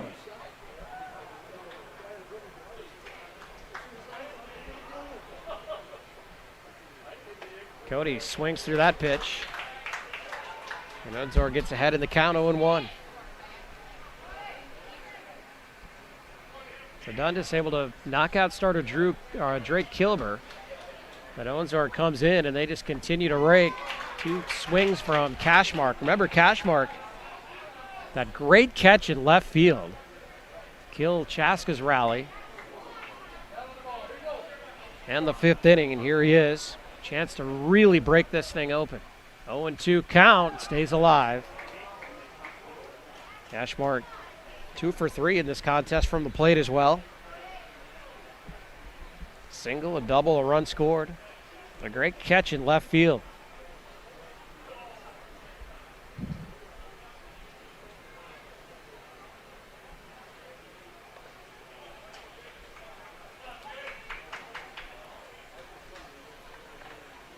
One and two now the count.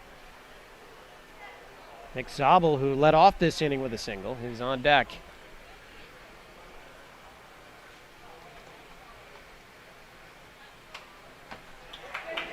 Cashmark fights that one off. The ball rolls over the top of the grandstand. And behind us here at the Joe Shepler Stadium.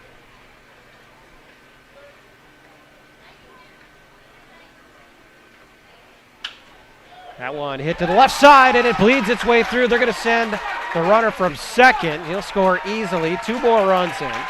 And a 2 RBI single for Cashmark. Dundas pouring it on now, 8-1. With still 1 out in the 6th inning.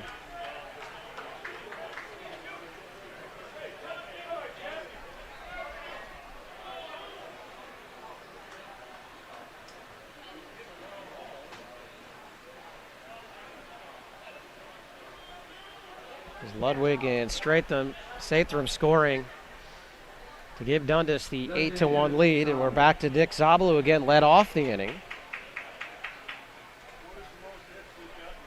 With a single, later scored a run, so here he is again, making another appearance. This time he gets to face Onzorg.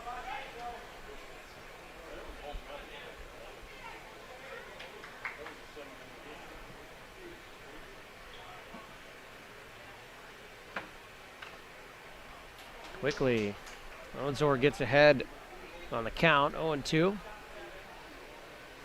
6 runs now in the inning.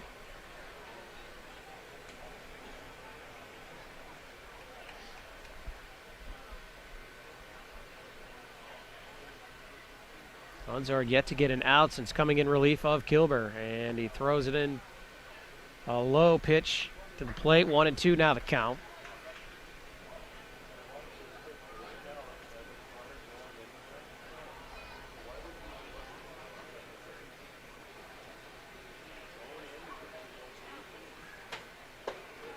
Swing and a miss, and a big strikeout now for Onzorg.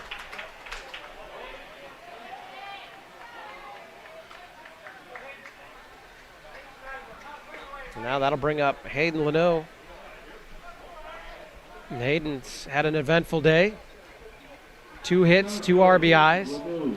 Sacrifice bunt his last time up, in fact, was the only out in the inning up until that strikeout there for Zabel. But Hayden obviously be swinging away here. I'm sure eager to do so against the new pitcher. So strike 1. So Onzorg's going to try to get out of here without further damage inflicted by this Dukes lineup. Solid 1 through 9. Now to first base. Polster flips it to Onsorg, and Chaska gets out of it without further damage, but plenty of damage done. 6 runs to be exact, as Dundas takes a commanding 8-1 lead through 6.5 innings.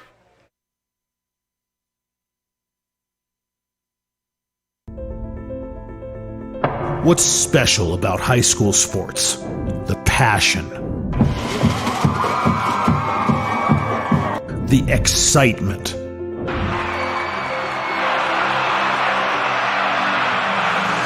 the memories. Down on 3 at the buzzer. Good! It's good! DuBois wins it for the Rebels. It's about impacting your community, connecting your business to this audience. This is where your customers live, where they shop. This is their circle of life. This is where your business should be. Connect with your best potential customers. This is your invitation. Get in the game.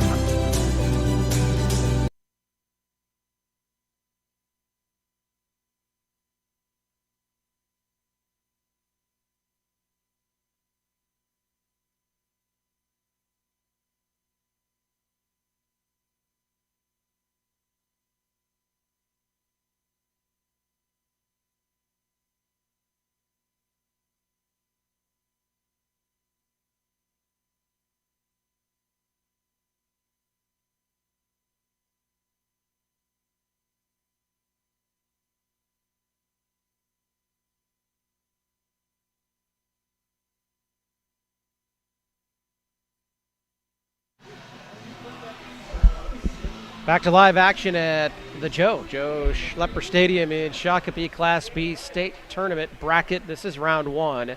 We've got Dundas breaking things open on Chaska, a 6-run 6th inning. They take a commanding 8-1 lead to the bottom half of the 6th.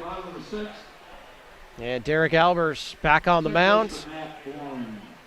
He's been battling Chaska all the way through here. He's only surrendered 1 run, has surrendered 8 hits. And a long layoff there for Derek, so we'll see if that affects him. Obviously, it's really hot and humid out here, so from an arm standpoint, maybe not, but can he get back out there and keep this Chaska lineup in check?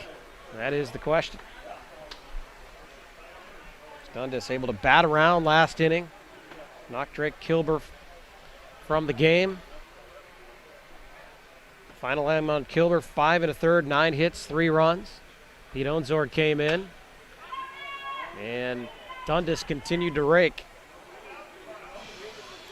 Mac Bourne at the dish now for Chaska. He is 0 for 2 with a liner and a ground out.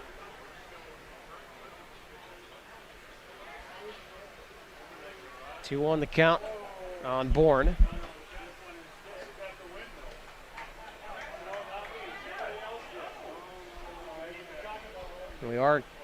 We'll mention it since the big inning by Dundas. If that continues in the next inning, there is a 10-run rule even here in the state tournament at 7 innings.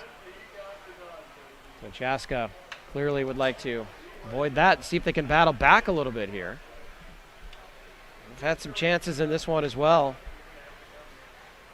And Albers proven to be a pretty gritty starter here. He's tabbed as the Game 1 starter in the state tournament. Oh, Bourne rips that one down the left field line, but foul.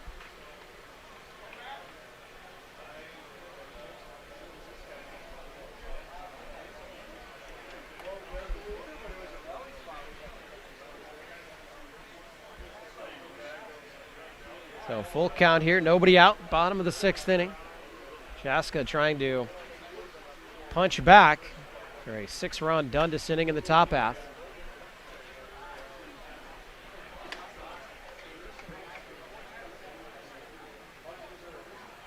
Hanging tough right now is Mac Bourne. That's probably the at-bat you want to see coming off a big inning for Dundas. Make the Duke starter work for it here. 3-2 pitch, and that should be caught. pushing back, near the wall. That one just kept carrying. But Hayden Lanou able to haul that in for the first out.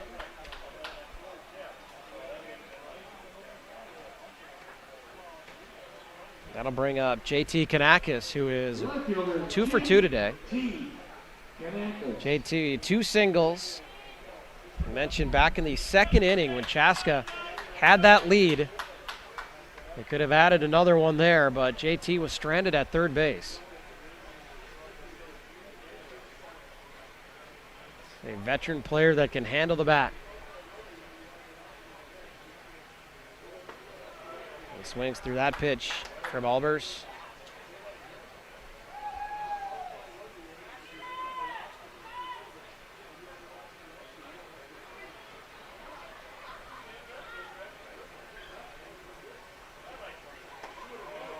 Now Albers gets the call on the outside corner there.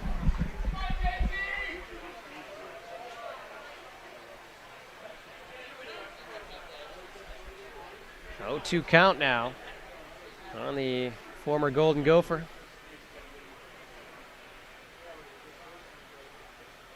That one way outside. Albers with a waste pitch up in the count. 1-2.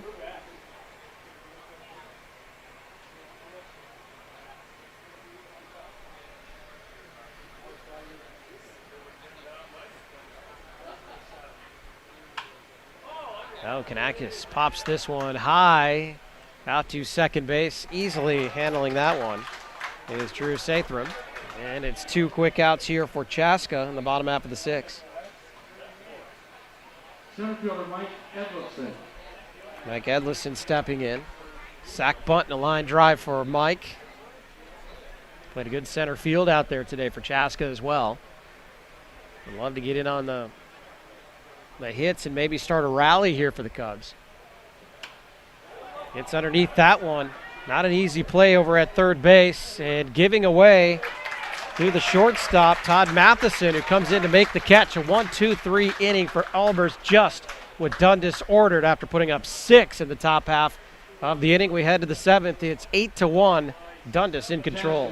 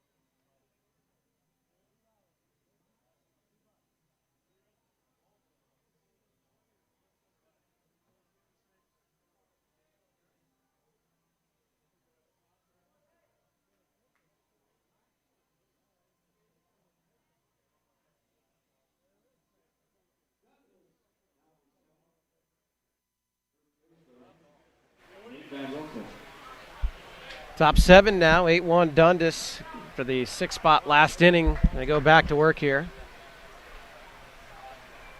Pete Onsorg still on the mound for Chaska, and leading things off in the 7th inning for the Dukes is Nate Van Rokel, the first baseman. Last inning, an RBI double for Big Nate. A right center field gap. Eventually came around to score, as did most of the Dundas lineup last inning.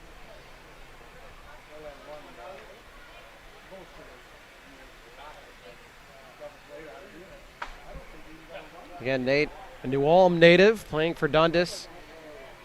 Combined .364 in his first 6 years with the team. Career best 14 home runs in 2016, so he can supply some power. So a little power to the gap his last time up. 32 career home runs in a 7-year career with Dundas.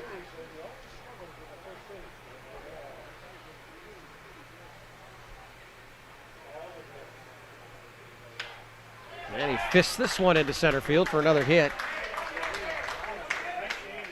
And here we go again. We'll see how long Chaska decides to stay with Onzord.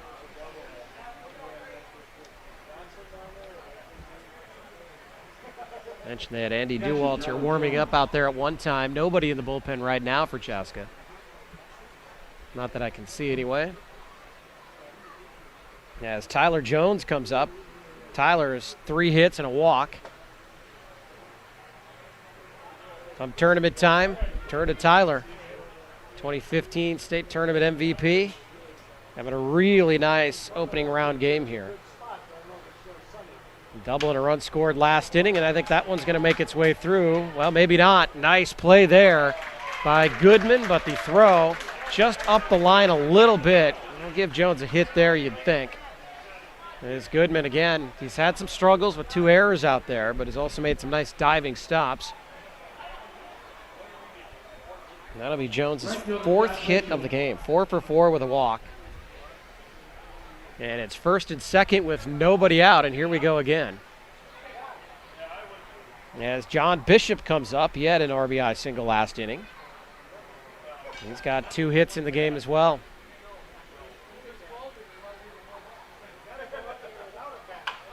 Golfs that one into right. Mac Bourne with a nice play, easy double play. So Mac Bourne timed it perfectly. And that's the defensive play that I'm sure Chaska was looking for, and they get. Third baseman Mike Ludwig.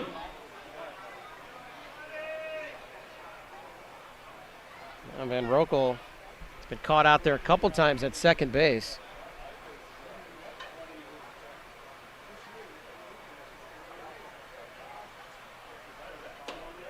Mike Ludwig now up with 2 outs and a runner on first.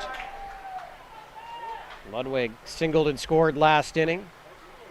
He is 1 for 4 in this game. See if Onzord revitalized a bit maybe from that double play.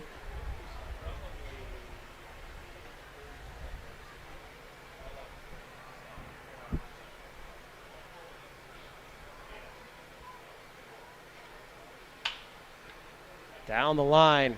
Nice play by Edlison. Good, strong throw, but again, Polster has to adjust. He does a good job of that because that'll hold Jones at second. But a tough play there from a hot corner. And it looks like they're actually going to throw an error on the board. Yeah, they're going to. So that's an error on Edlison, E5.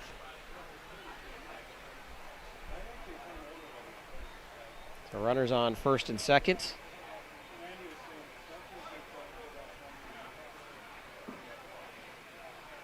Second baseman Lou Satrum. And Drew Satrum knocks one down the line and left. It drops in. Jones will score. Ludwig lumbers into third. A double for Satrum, wasting no time on that pitch. As Jones scores again. Another run for Dundas.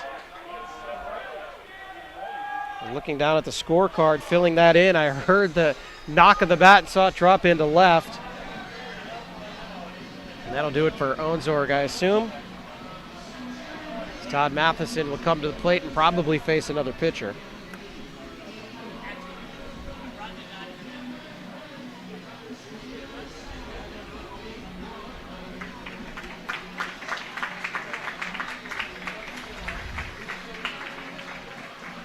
That's it for Pete. Now pitching for Chaska, number 16. Ryan Rodriguez. And Ryan Rodriguez, a lefty for Chaska, comes in to pitch. We're going to take a break. We'll come back with Ryan on the mound and Todd Matheson at the dish for Dundas. 2 outs, 2 on, top of the 7th.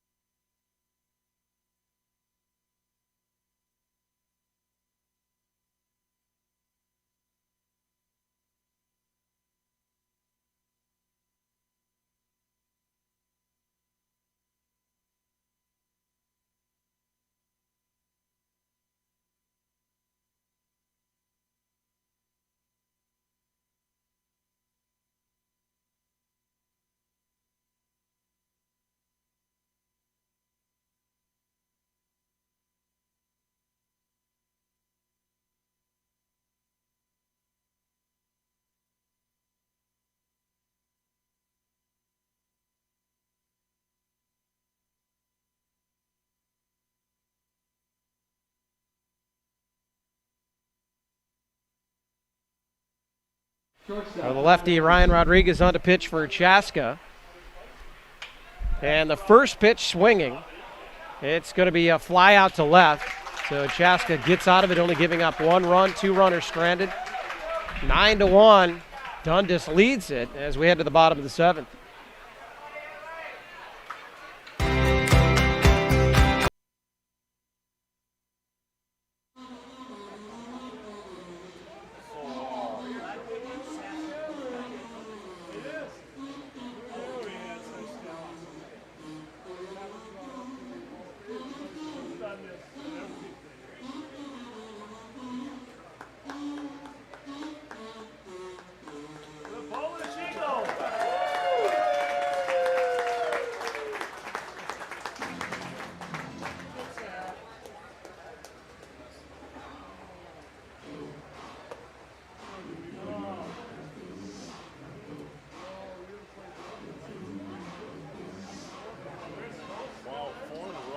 Andy's doing 4 games in Milroy today. That's insane. Two is my limit. 4. Kid's gonna do 4 on camera. Yeah. No, he's a genius, but.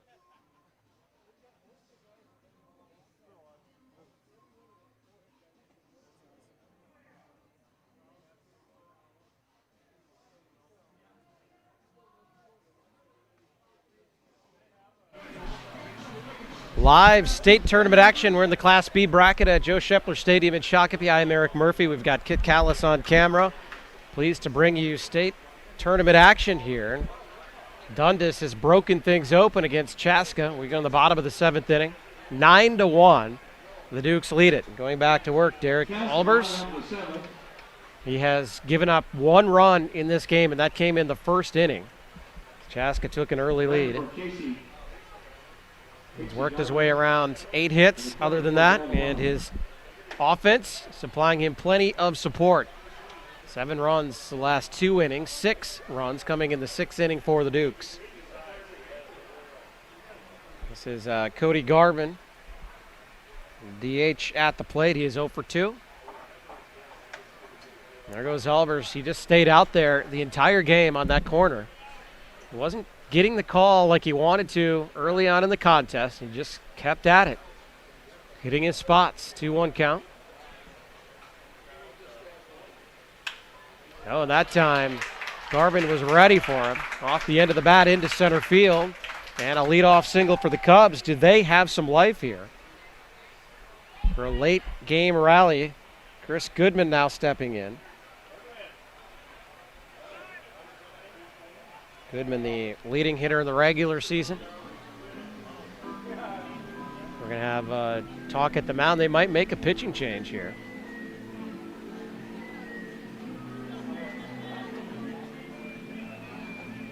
And they will. So Derek Albers, really nice outing, and the Dundas crowd is going to give him a round of applause.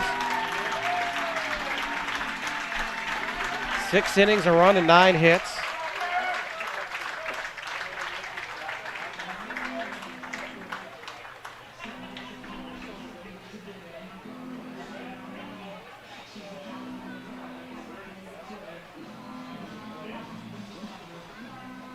Only have him down for 2 strikeouts. Both strikeouts he struck out Chris Goodman, the next batter up for Chaska twice.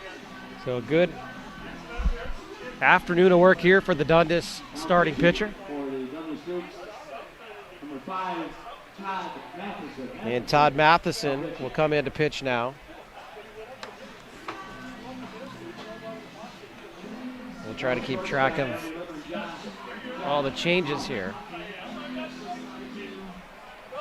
as we'll do. So we'll step away with a new pitcher. Todd Matheson comes in from short to relieve Derek Albers.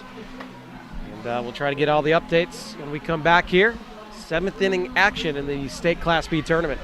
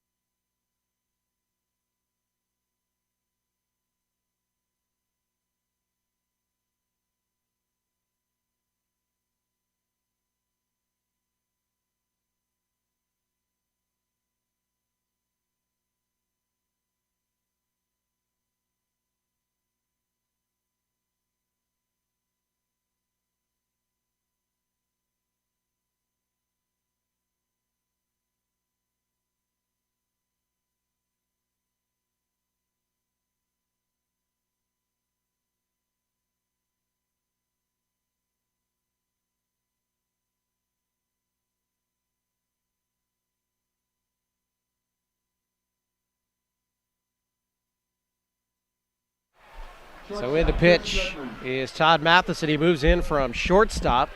And a tough task here. Nobody out. Chaska down 8 runs, but trying to rally here in the bottom of the 7th inning. Runner on first. And Chris Goodman, the best hitter on the team. Well, he has struck out here twice today. He does have a double and has scored the only run for the Cubs here this afternoon. Follows that one back, so 1-1 is the count. Into the game at shortstop is Josh Moss. St. Olaf product. We assume he will bat in the DH spot. We'll find that out next inning. Matheson. Now ahead in the count, 1-2. And I don't have any, I guess three appearances this year and 4 innings pitched for Matheson in the regular season. And not give up a run. Ooh, tries to get Goodman to chase. Remember, Albers lived out there on that corner. The final line on Derek, by the way, 6 innings, 9 hits, a run, and again, 2 strikeouts is what I came up with on my score sheet. And Goodman tries to stay with that one. Will that fall in? Another diving play! What a play in left field by Cody Cashmark. The second great defensive play from Cody.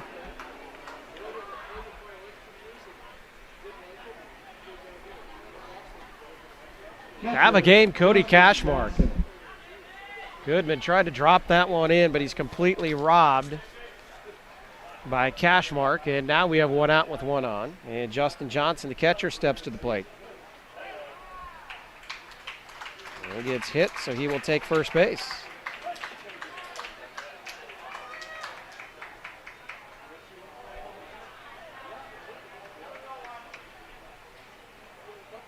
First baseman Tyler Polster.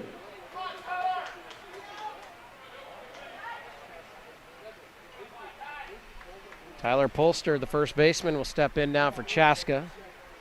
2 runners on, 1 out. Chance for the Cubs to put together some kind of rally. Tyler's got 2 hits in the game. Putting a single back in the 5th, got all the way to third base before being left there.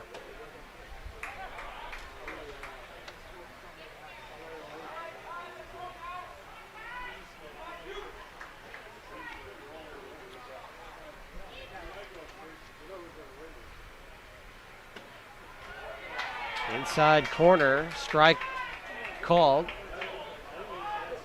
1-2 now the count.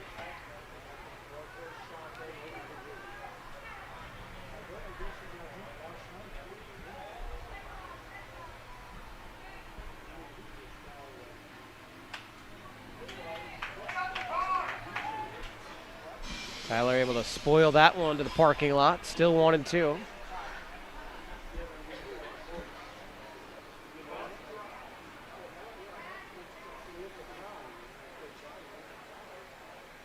Matheson in 4 innings pitch, 4 strikeouts in the regular season. This one hit to the right side. Van Rokel is going to go to second for the force out there. Not able to come back and get Polster. That'll put runners at the corners with 2 outs.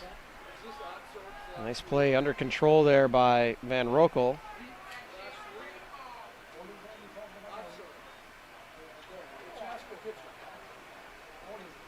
Right fielder Chase Henches. Garvin moves his way to third, and here we have Chase Henches. So Chase, have him down for 3 singles in this game.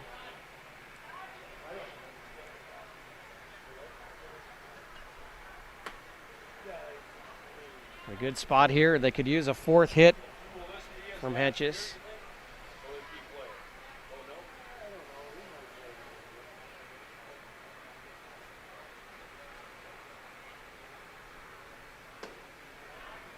Matheson being careful here with Henches, understandably.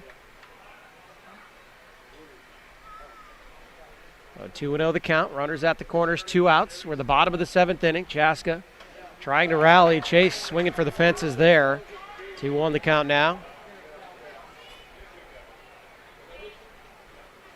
Mentioned this is the fourth all-time matchup between these two clubs in the postseason. If Dundas holds on, they will have a 3-1 advantage in the state tournament matchup in the history between these two franchises. Only meeting for the fourth time. Much anticipated matchup here. But Dundas is just absolutely raked today. 19 hits. Chaska, not bad. They've got 9 hits. Only 1 run to this point to show. And a strike on the corner. It was kind of a late call. He wasn't sure. It was borderline. So he started down to first. Full count now.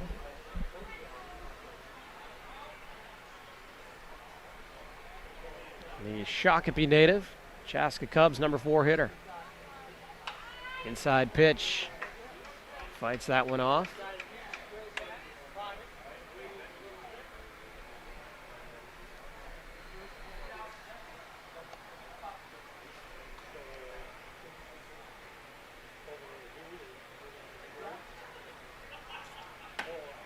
That one is outside to load the bases.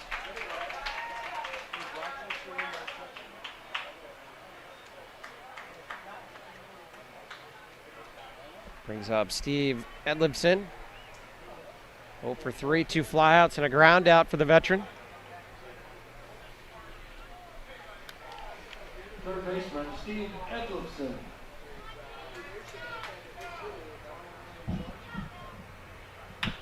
Edlibson to short. Not going to be an easy play, but it's made.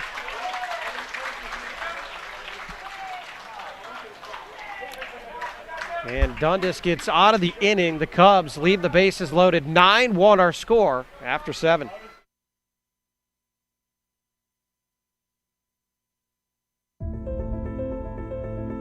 What's special about high school sports? The passion, the excitement,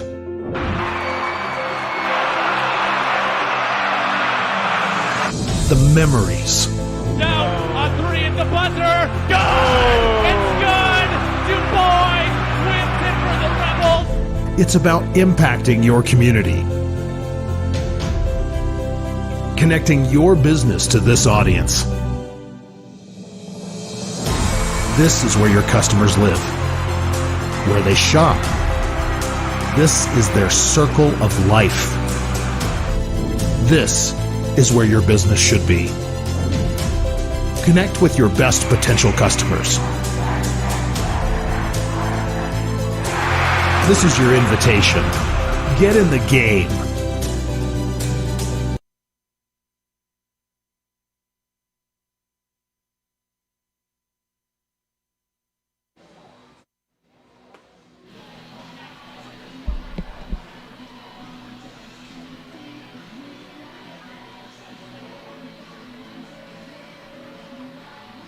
Move on to the 8th inning.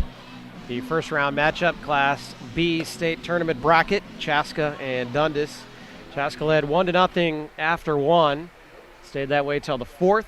Dundas was chipping away at that point, then blew things open in the 6th inning. Now a 9-1 lead as we head to the top of the 8th. And Cody Cashmark's going to lead us off here. Cody, 2 stellar plays in left field. One near the wall, he jumped up to grab it. And then an even better play, in my opinion, running full speed, fully extended, robbing Chris Goodman in the last inning. So here's Cody at the dish, where he's having a pretty good game as well. A single, a double, and then another single, 2 RBIs and a run scored. So far, a 3 for 4 day. Facing Ryan Rodriguez, a lefty, the 3rd pitcher today for Chaska. He threw just 1 inning in relief, or 1 pitch rather, in relief last inning. To get out of a jam, and Dundas only able to push 1 across in the 7th, but still in command with an 8-run lead.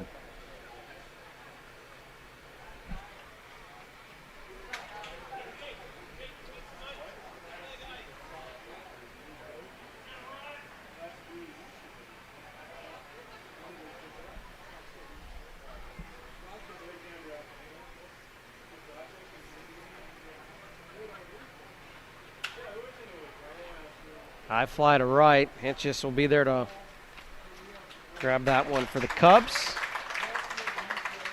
Rodriguez. So far, so good here.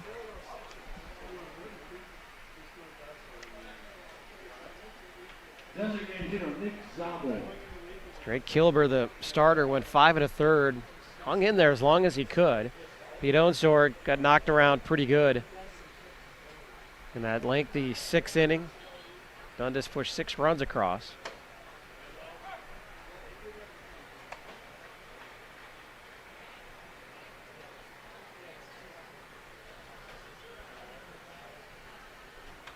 So Nick Zabel will stay in as the DH. Where Josh Moss came in to play shortstop when Dundas made the pitching change, but Nick Zabel will stay in. He has 1 hit and a run scored here today. And an 0-2 hole quickly against Rodriguez, the lefty. That one is fouled back. See the teams filing in for our next contest. Elko, Moorhead, the Moorhead Mud Hens, both the Mud Hens and the Brewers in this bracket. The nightcapper will be Champlain Park and Victoria.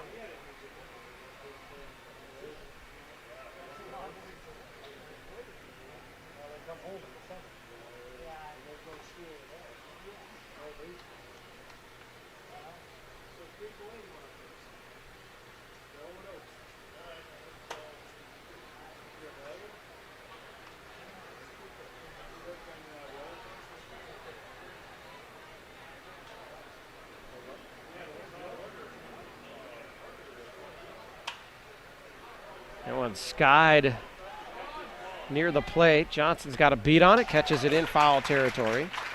Out number 2. Rodriguez continues to tame the Dundas lineup. Had caught fire. We've got 28 combined hits, 19 coming from the Dukes. Back to the top of the order now, Hayden Linnell.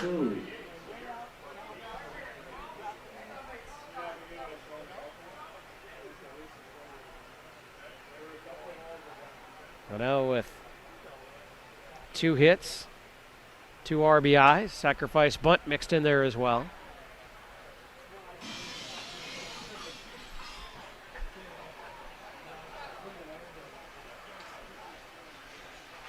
Mentioned the winner of this contest will play next Saturday night.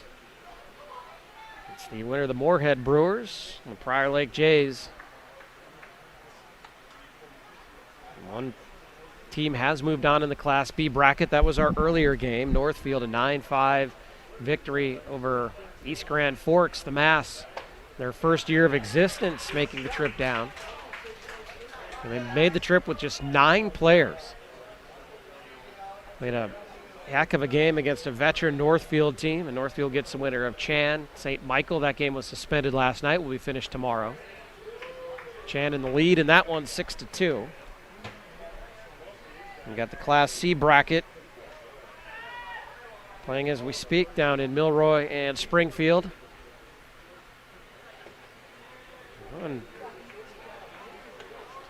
Renault works his way to a full count here, 3-2 the count. Rodriguez been cruising. Hayden taking a good at bat here against the lefty.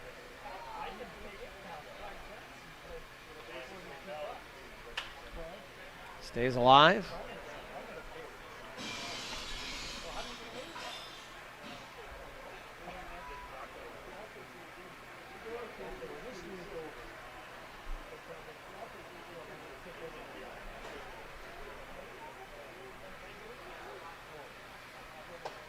And strike 3, so Rodriguez, a 1-2-3 inning.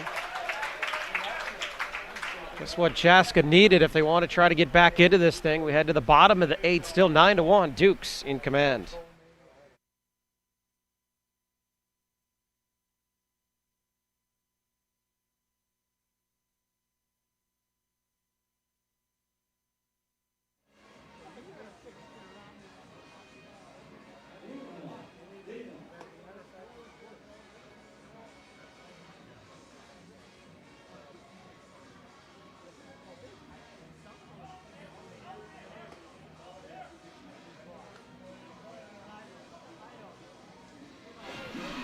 We head now to the bottom of the 8th inning.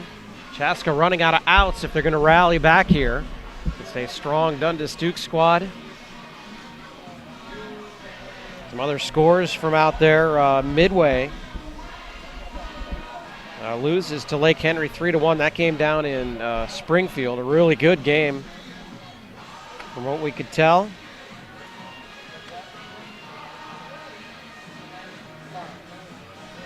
And Buffalo taking on Fort Ripley. Buffalo, last check, through 6 innings with a 6-1 lead over Fort Ripley. Chaska in the bottom of the 8th. Second baseman Matt Bourne. And Mac Bourne will lead things off for us here. And the Chaska Cubs in the bottom of the 8th inning. Todd Matheson in for his 2nd inning of relief. Starter Derek Albers pitched a great game. Working his way out of a couple jams, gave up just that 1st inning run. Came out and actually started the 7th inning. Gave up a hit. Matheson came in. Worked his way out on a bases loaded jam. As mentioned, Chaska now running out of chances. 0-2 on Bourne. Did he get a piece of that one? He did.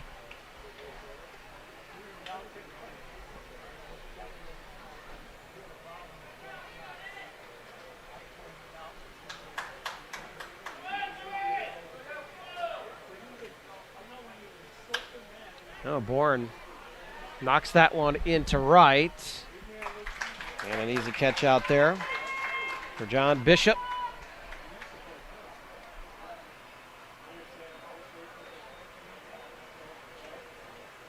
Left fielder Jen Dundas made that run to the championship last year and stayed in the winner's side of the bracket. Had to lose twice to Chanhassen to the championship round, and that's exactly what happened. The Redbirds, who, by the way, are back for more, trying to win their 3rd straight title. As Kanakis grounds out to first for out number 2. Mike Edlifson will take a shot at Mike Edlifson. Matheson now. Now actually, we're going to have a pinch hitter, it looks like.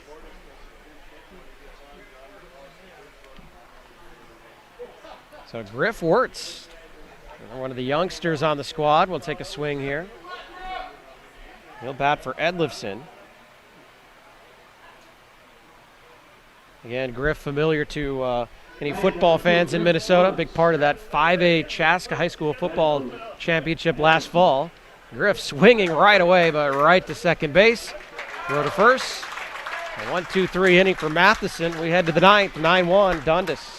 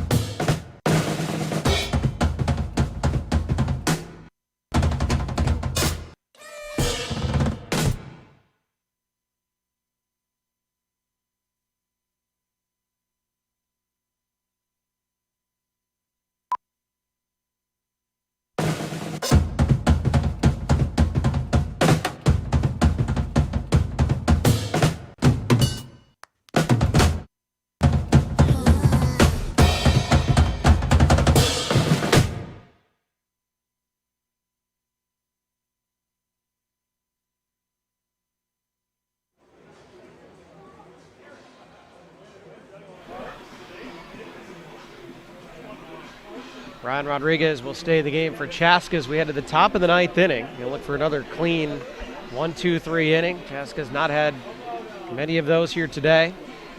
9 runs on 19 hits for this Dundas lineup.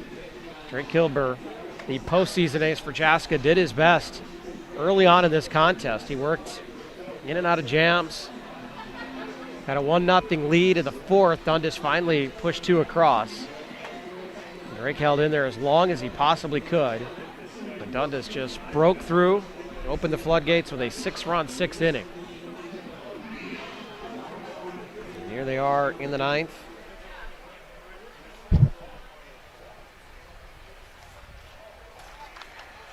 And Nate Van Rokel, first baseman. And an eventful day Nate has. Reached on an error, was thrown out on that great defensive play by Chase Henches, which at the time was huge and saved a run for Chaska. He came back with an RBI double and then a single his last time up, so 2 hits in consecutive at-bats for Van Rokel. Takes strike 1 from Rodriguez.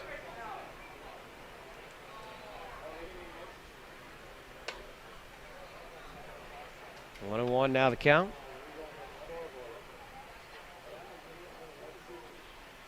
A 2 for 5 overall for Nate.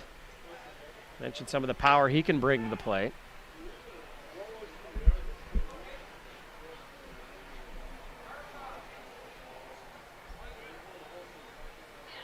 A 1 and 2 after that foul ball. Rodriguez, again, the third pitcher in the afternoon for Chaska.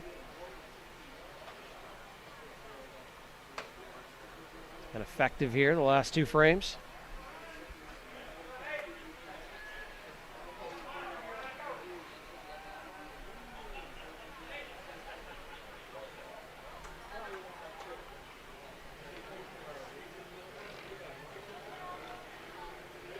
And Van Rokel draws the walk. Playing center field for Chaska, number 2, Griff Woods. I think there was a little mix-up on the count here, maybe. Looks like we've got the manager coming out for Dundas to try to get out ahead of this one. Oh, he's saying it hit him, maybe. Not really sure what. what. Van Rokel tried to take first there. We're going to call him back. It is a full count now. I don't know if he was saying he got hit or if we were just confused on the count. Early on in this at-bat, the scoreboard wasn't working, so possible. Possible that Van Rokel thought it was ball 4.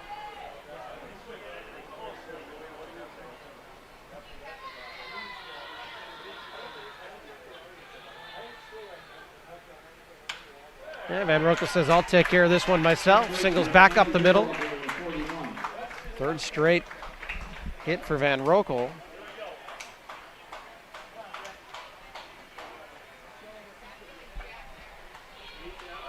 Evens things out. 3 for 6 day for Big Nate.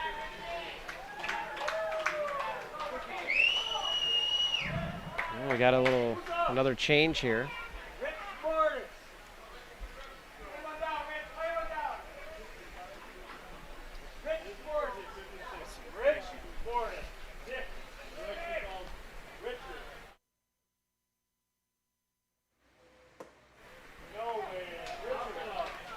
On this base, the catcher Tyler Jones, number 21, Rich Bordis. 21, Rich Bordis into the game, batting for Tyler Jones. And if Rich gives us a second, Rich, 55-year-old Rich Bordis at the plate. That's right. This is the beauty of amateur baseball right here. And to get this, he's hitting .350 in limited at-bats this year. Joined Dundas in the late 90s. So 55 years old, and here he is getting a swing in. And that's a dribbler in front of the plate. Rodriguez, plenty of time to throw him out. Does move the runner up. And the Dundas faithful love that. 55-year-old Rich Bordis. So glad he got in the game here today. One of the great stories. The tournament still putting in some good work at the plate at 55 years old for Dundas. So Rich.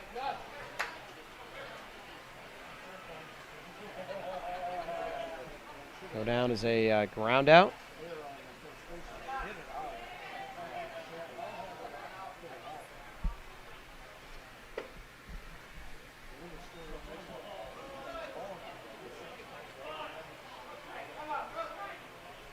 And Rokel does move up to second base. And Big John Bishop, the right fielder, and now to take his cuts against Rodriguez. 2-0 count on John. John singled in the third, reached on an error in the fifth. RBI single, run scored in the sixth, and a line out in the seventh inning. Everybody contributing on this lineup as that one sliced into the gap. And Van Rokel, he's just going to try it here. Why not? With a 9-1 lead, no throw.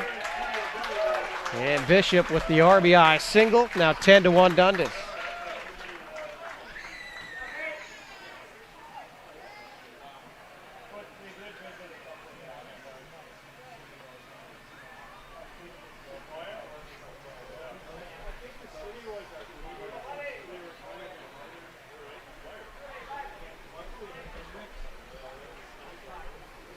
Mike Ludwig will step into the dish.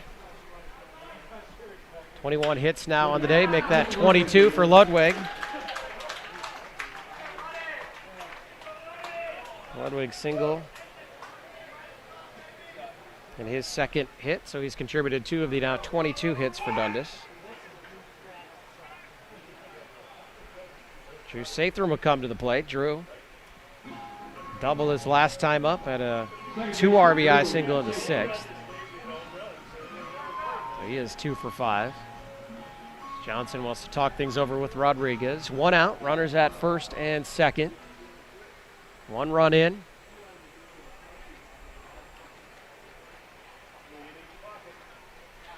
On 3 hits so far for Dundas.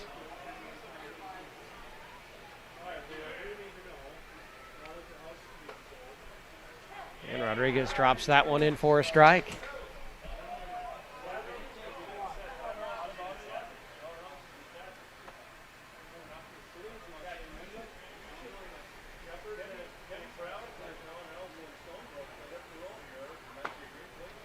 Inside corner, 1-1.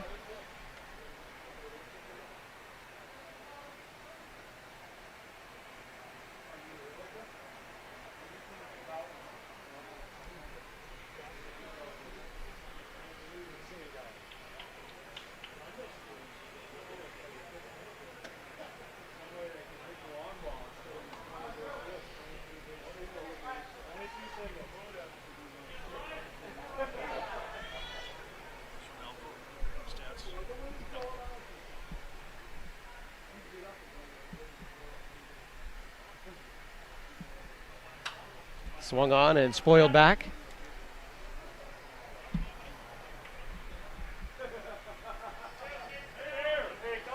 So 2-2 the count. 1 out. Runners on first and second. Crowd's having a great time here today. This is what it's all about. Trivia questions throughout. Nobody's left this game despite a big margin.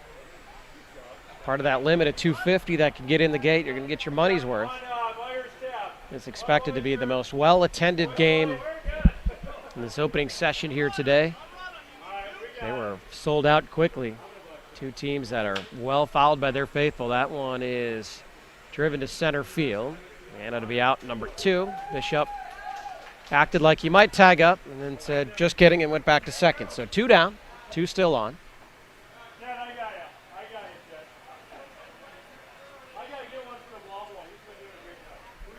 And this will bring out Matheson. Again, started at shortstop and is now throwing 2 innings of relief. See if he comes out to try to finish things off in the 9th. Teams don't have to play till next week, so you don't have to worry too much about using arms with that lengthy time off. Matheson has pitched well.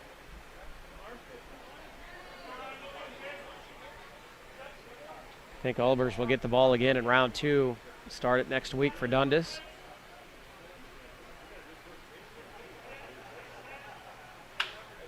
As that one is ripped through the left side, is Bishop going to try it? Well, they're going to hold him. For the single from Matheson. Hit number 23 here for Dundas. And that will load the bases for Cody Cashmark. Mentioned Cody's having a good day here. 3 hits. Run scored, 2 RBIs, and 2 stellar catches in left field. And those are huge. You think Chaska could have a couple more runs on there and completely change the complexion of this game. Cashmark getting it done out there. That is a fly ball to right. Hentges is under it. And that'll be out number 3. So Dundas pushes another run across. 10-1 the score. As we head to the bottom of the ninth, last chance for the Chaska Cubs.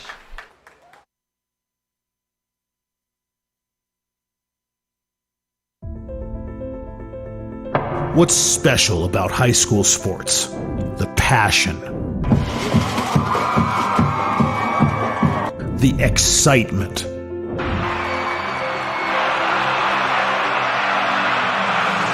the memories. Down on three at the buzzer. Good! It's good! Du Bois wins it for the Rebels. It's about impacting your community, connecting your business to this audience. This is where your customers live, where they shop. This is their circle of life. This is where your business should be. Connect with your best potential customers. This is your invitation. Get in the game.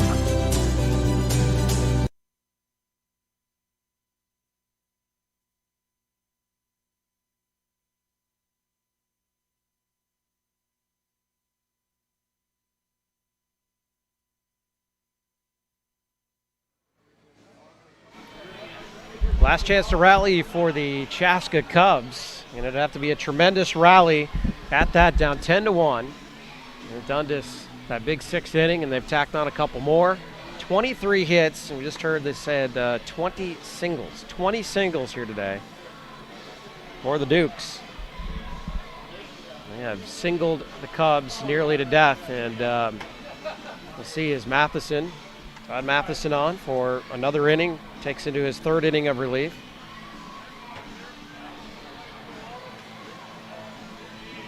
Try to close this thing out.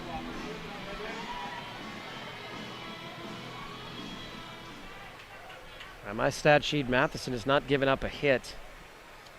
So Ulmer's left with 9 hits and the run scored. So he's done a stellar job here. Designated hitter, Brad Warren. And Brad Warren steps in now. Designated hitter spot, getting it bat, 36-year-old veteran. And a nice chat with Brad earlier this week, as Brad slaps one to the left side and through for a single. Now Warren is on base. Start things off for Chaska here in the bottom of the 9th inning.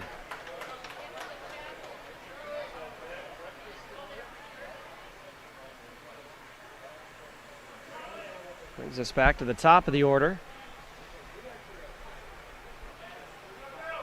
They're going to make another change here, it looks like. For Chaska, batting for Chris Goodwin. That's Charlie Dardis, another one of the youngsters, and he hits one over to left, but that's Cashmark territory. And Cody tracks that one down. So the youngsters getting some at-bats for Chaska. And Charlie Dardis, one pitch flies out to left. Batting for Justin Johnson. And in normal circumstances, in amateur ball, that might be a hit. 32, Matt But with Cody Cashmark out there, no way. So one down now. Brad Warren on first base. We got another pinch hitter, Matt Robleski.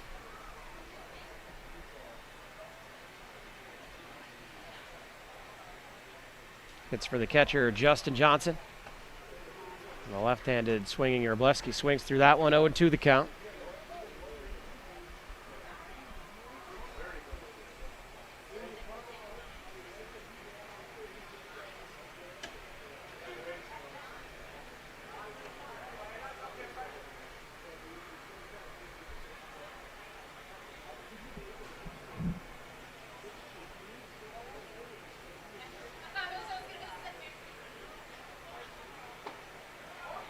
Strike 3. Matheson gets the strikeout for out number 2. Chaska down to its final out. Another pinch hitter.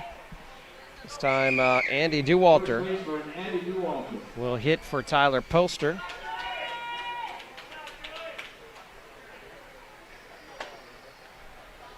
Matheson wants to get out of here, get this thing over with. Ball 1. He's not wasting any time.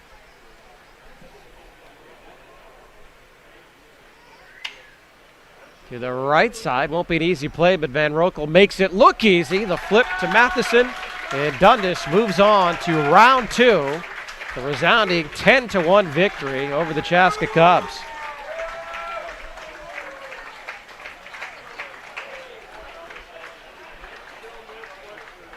So it's Dundas with 23 hits here today, 20 singles. Check if that's a state tournament record or not.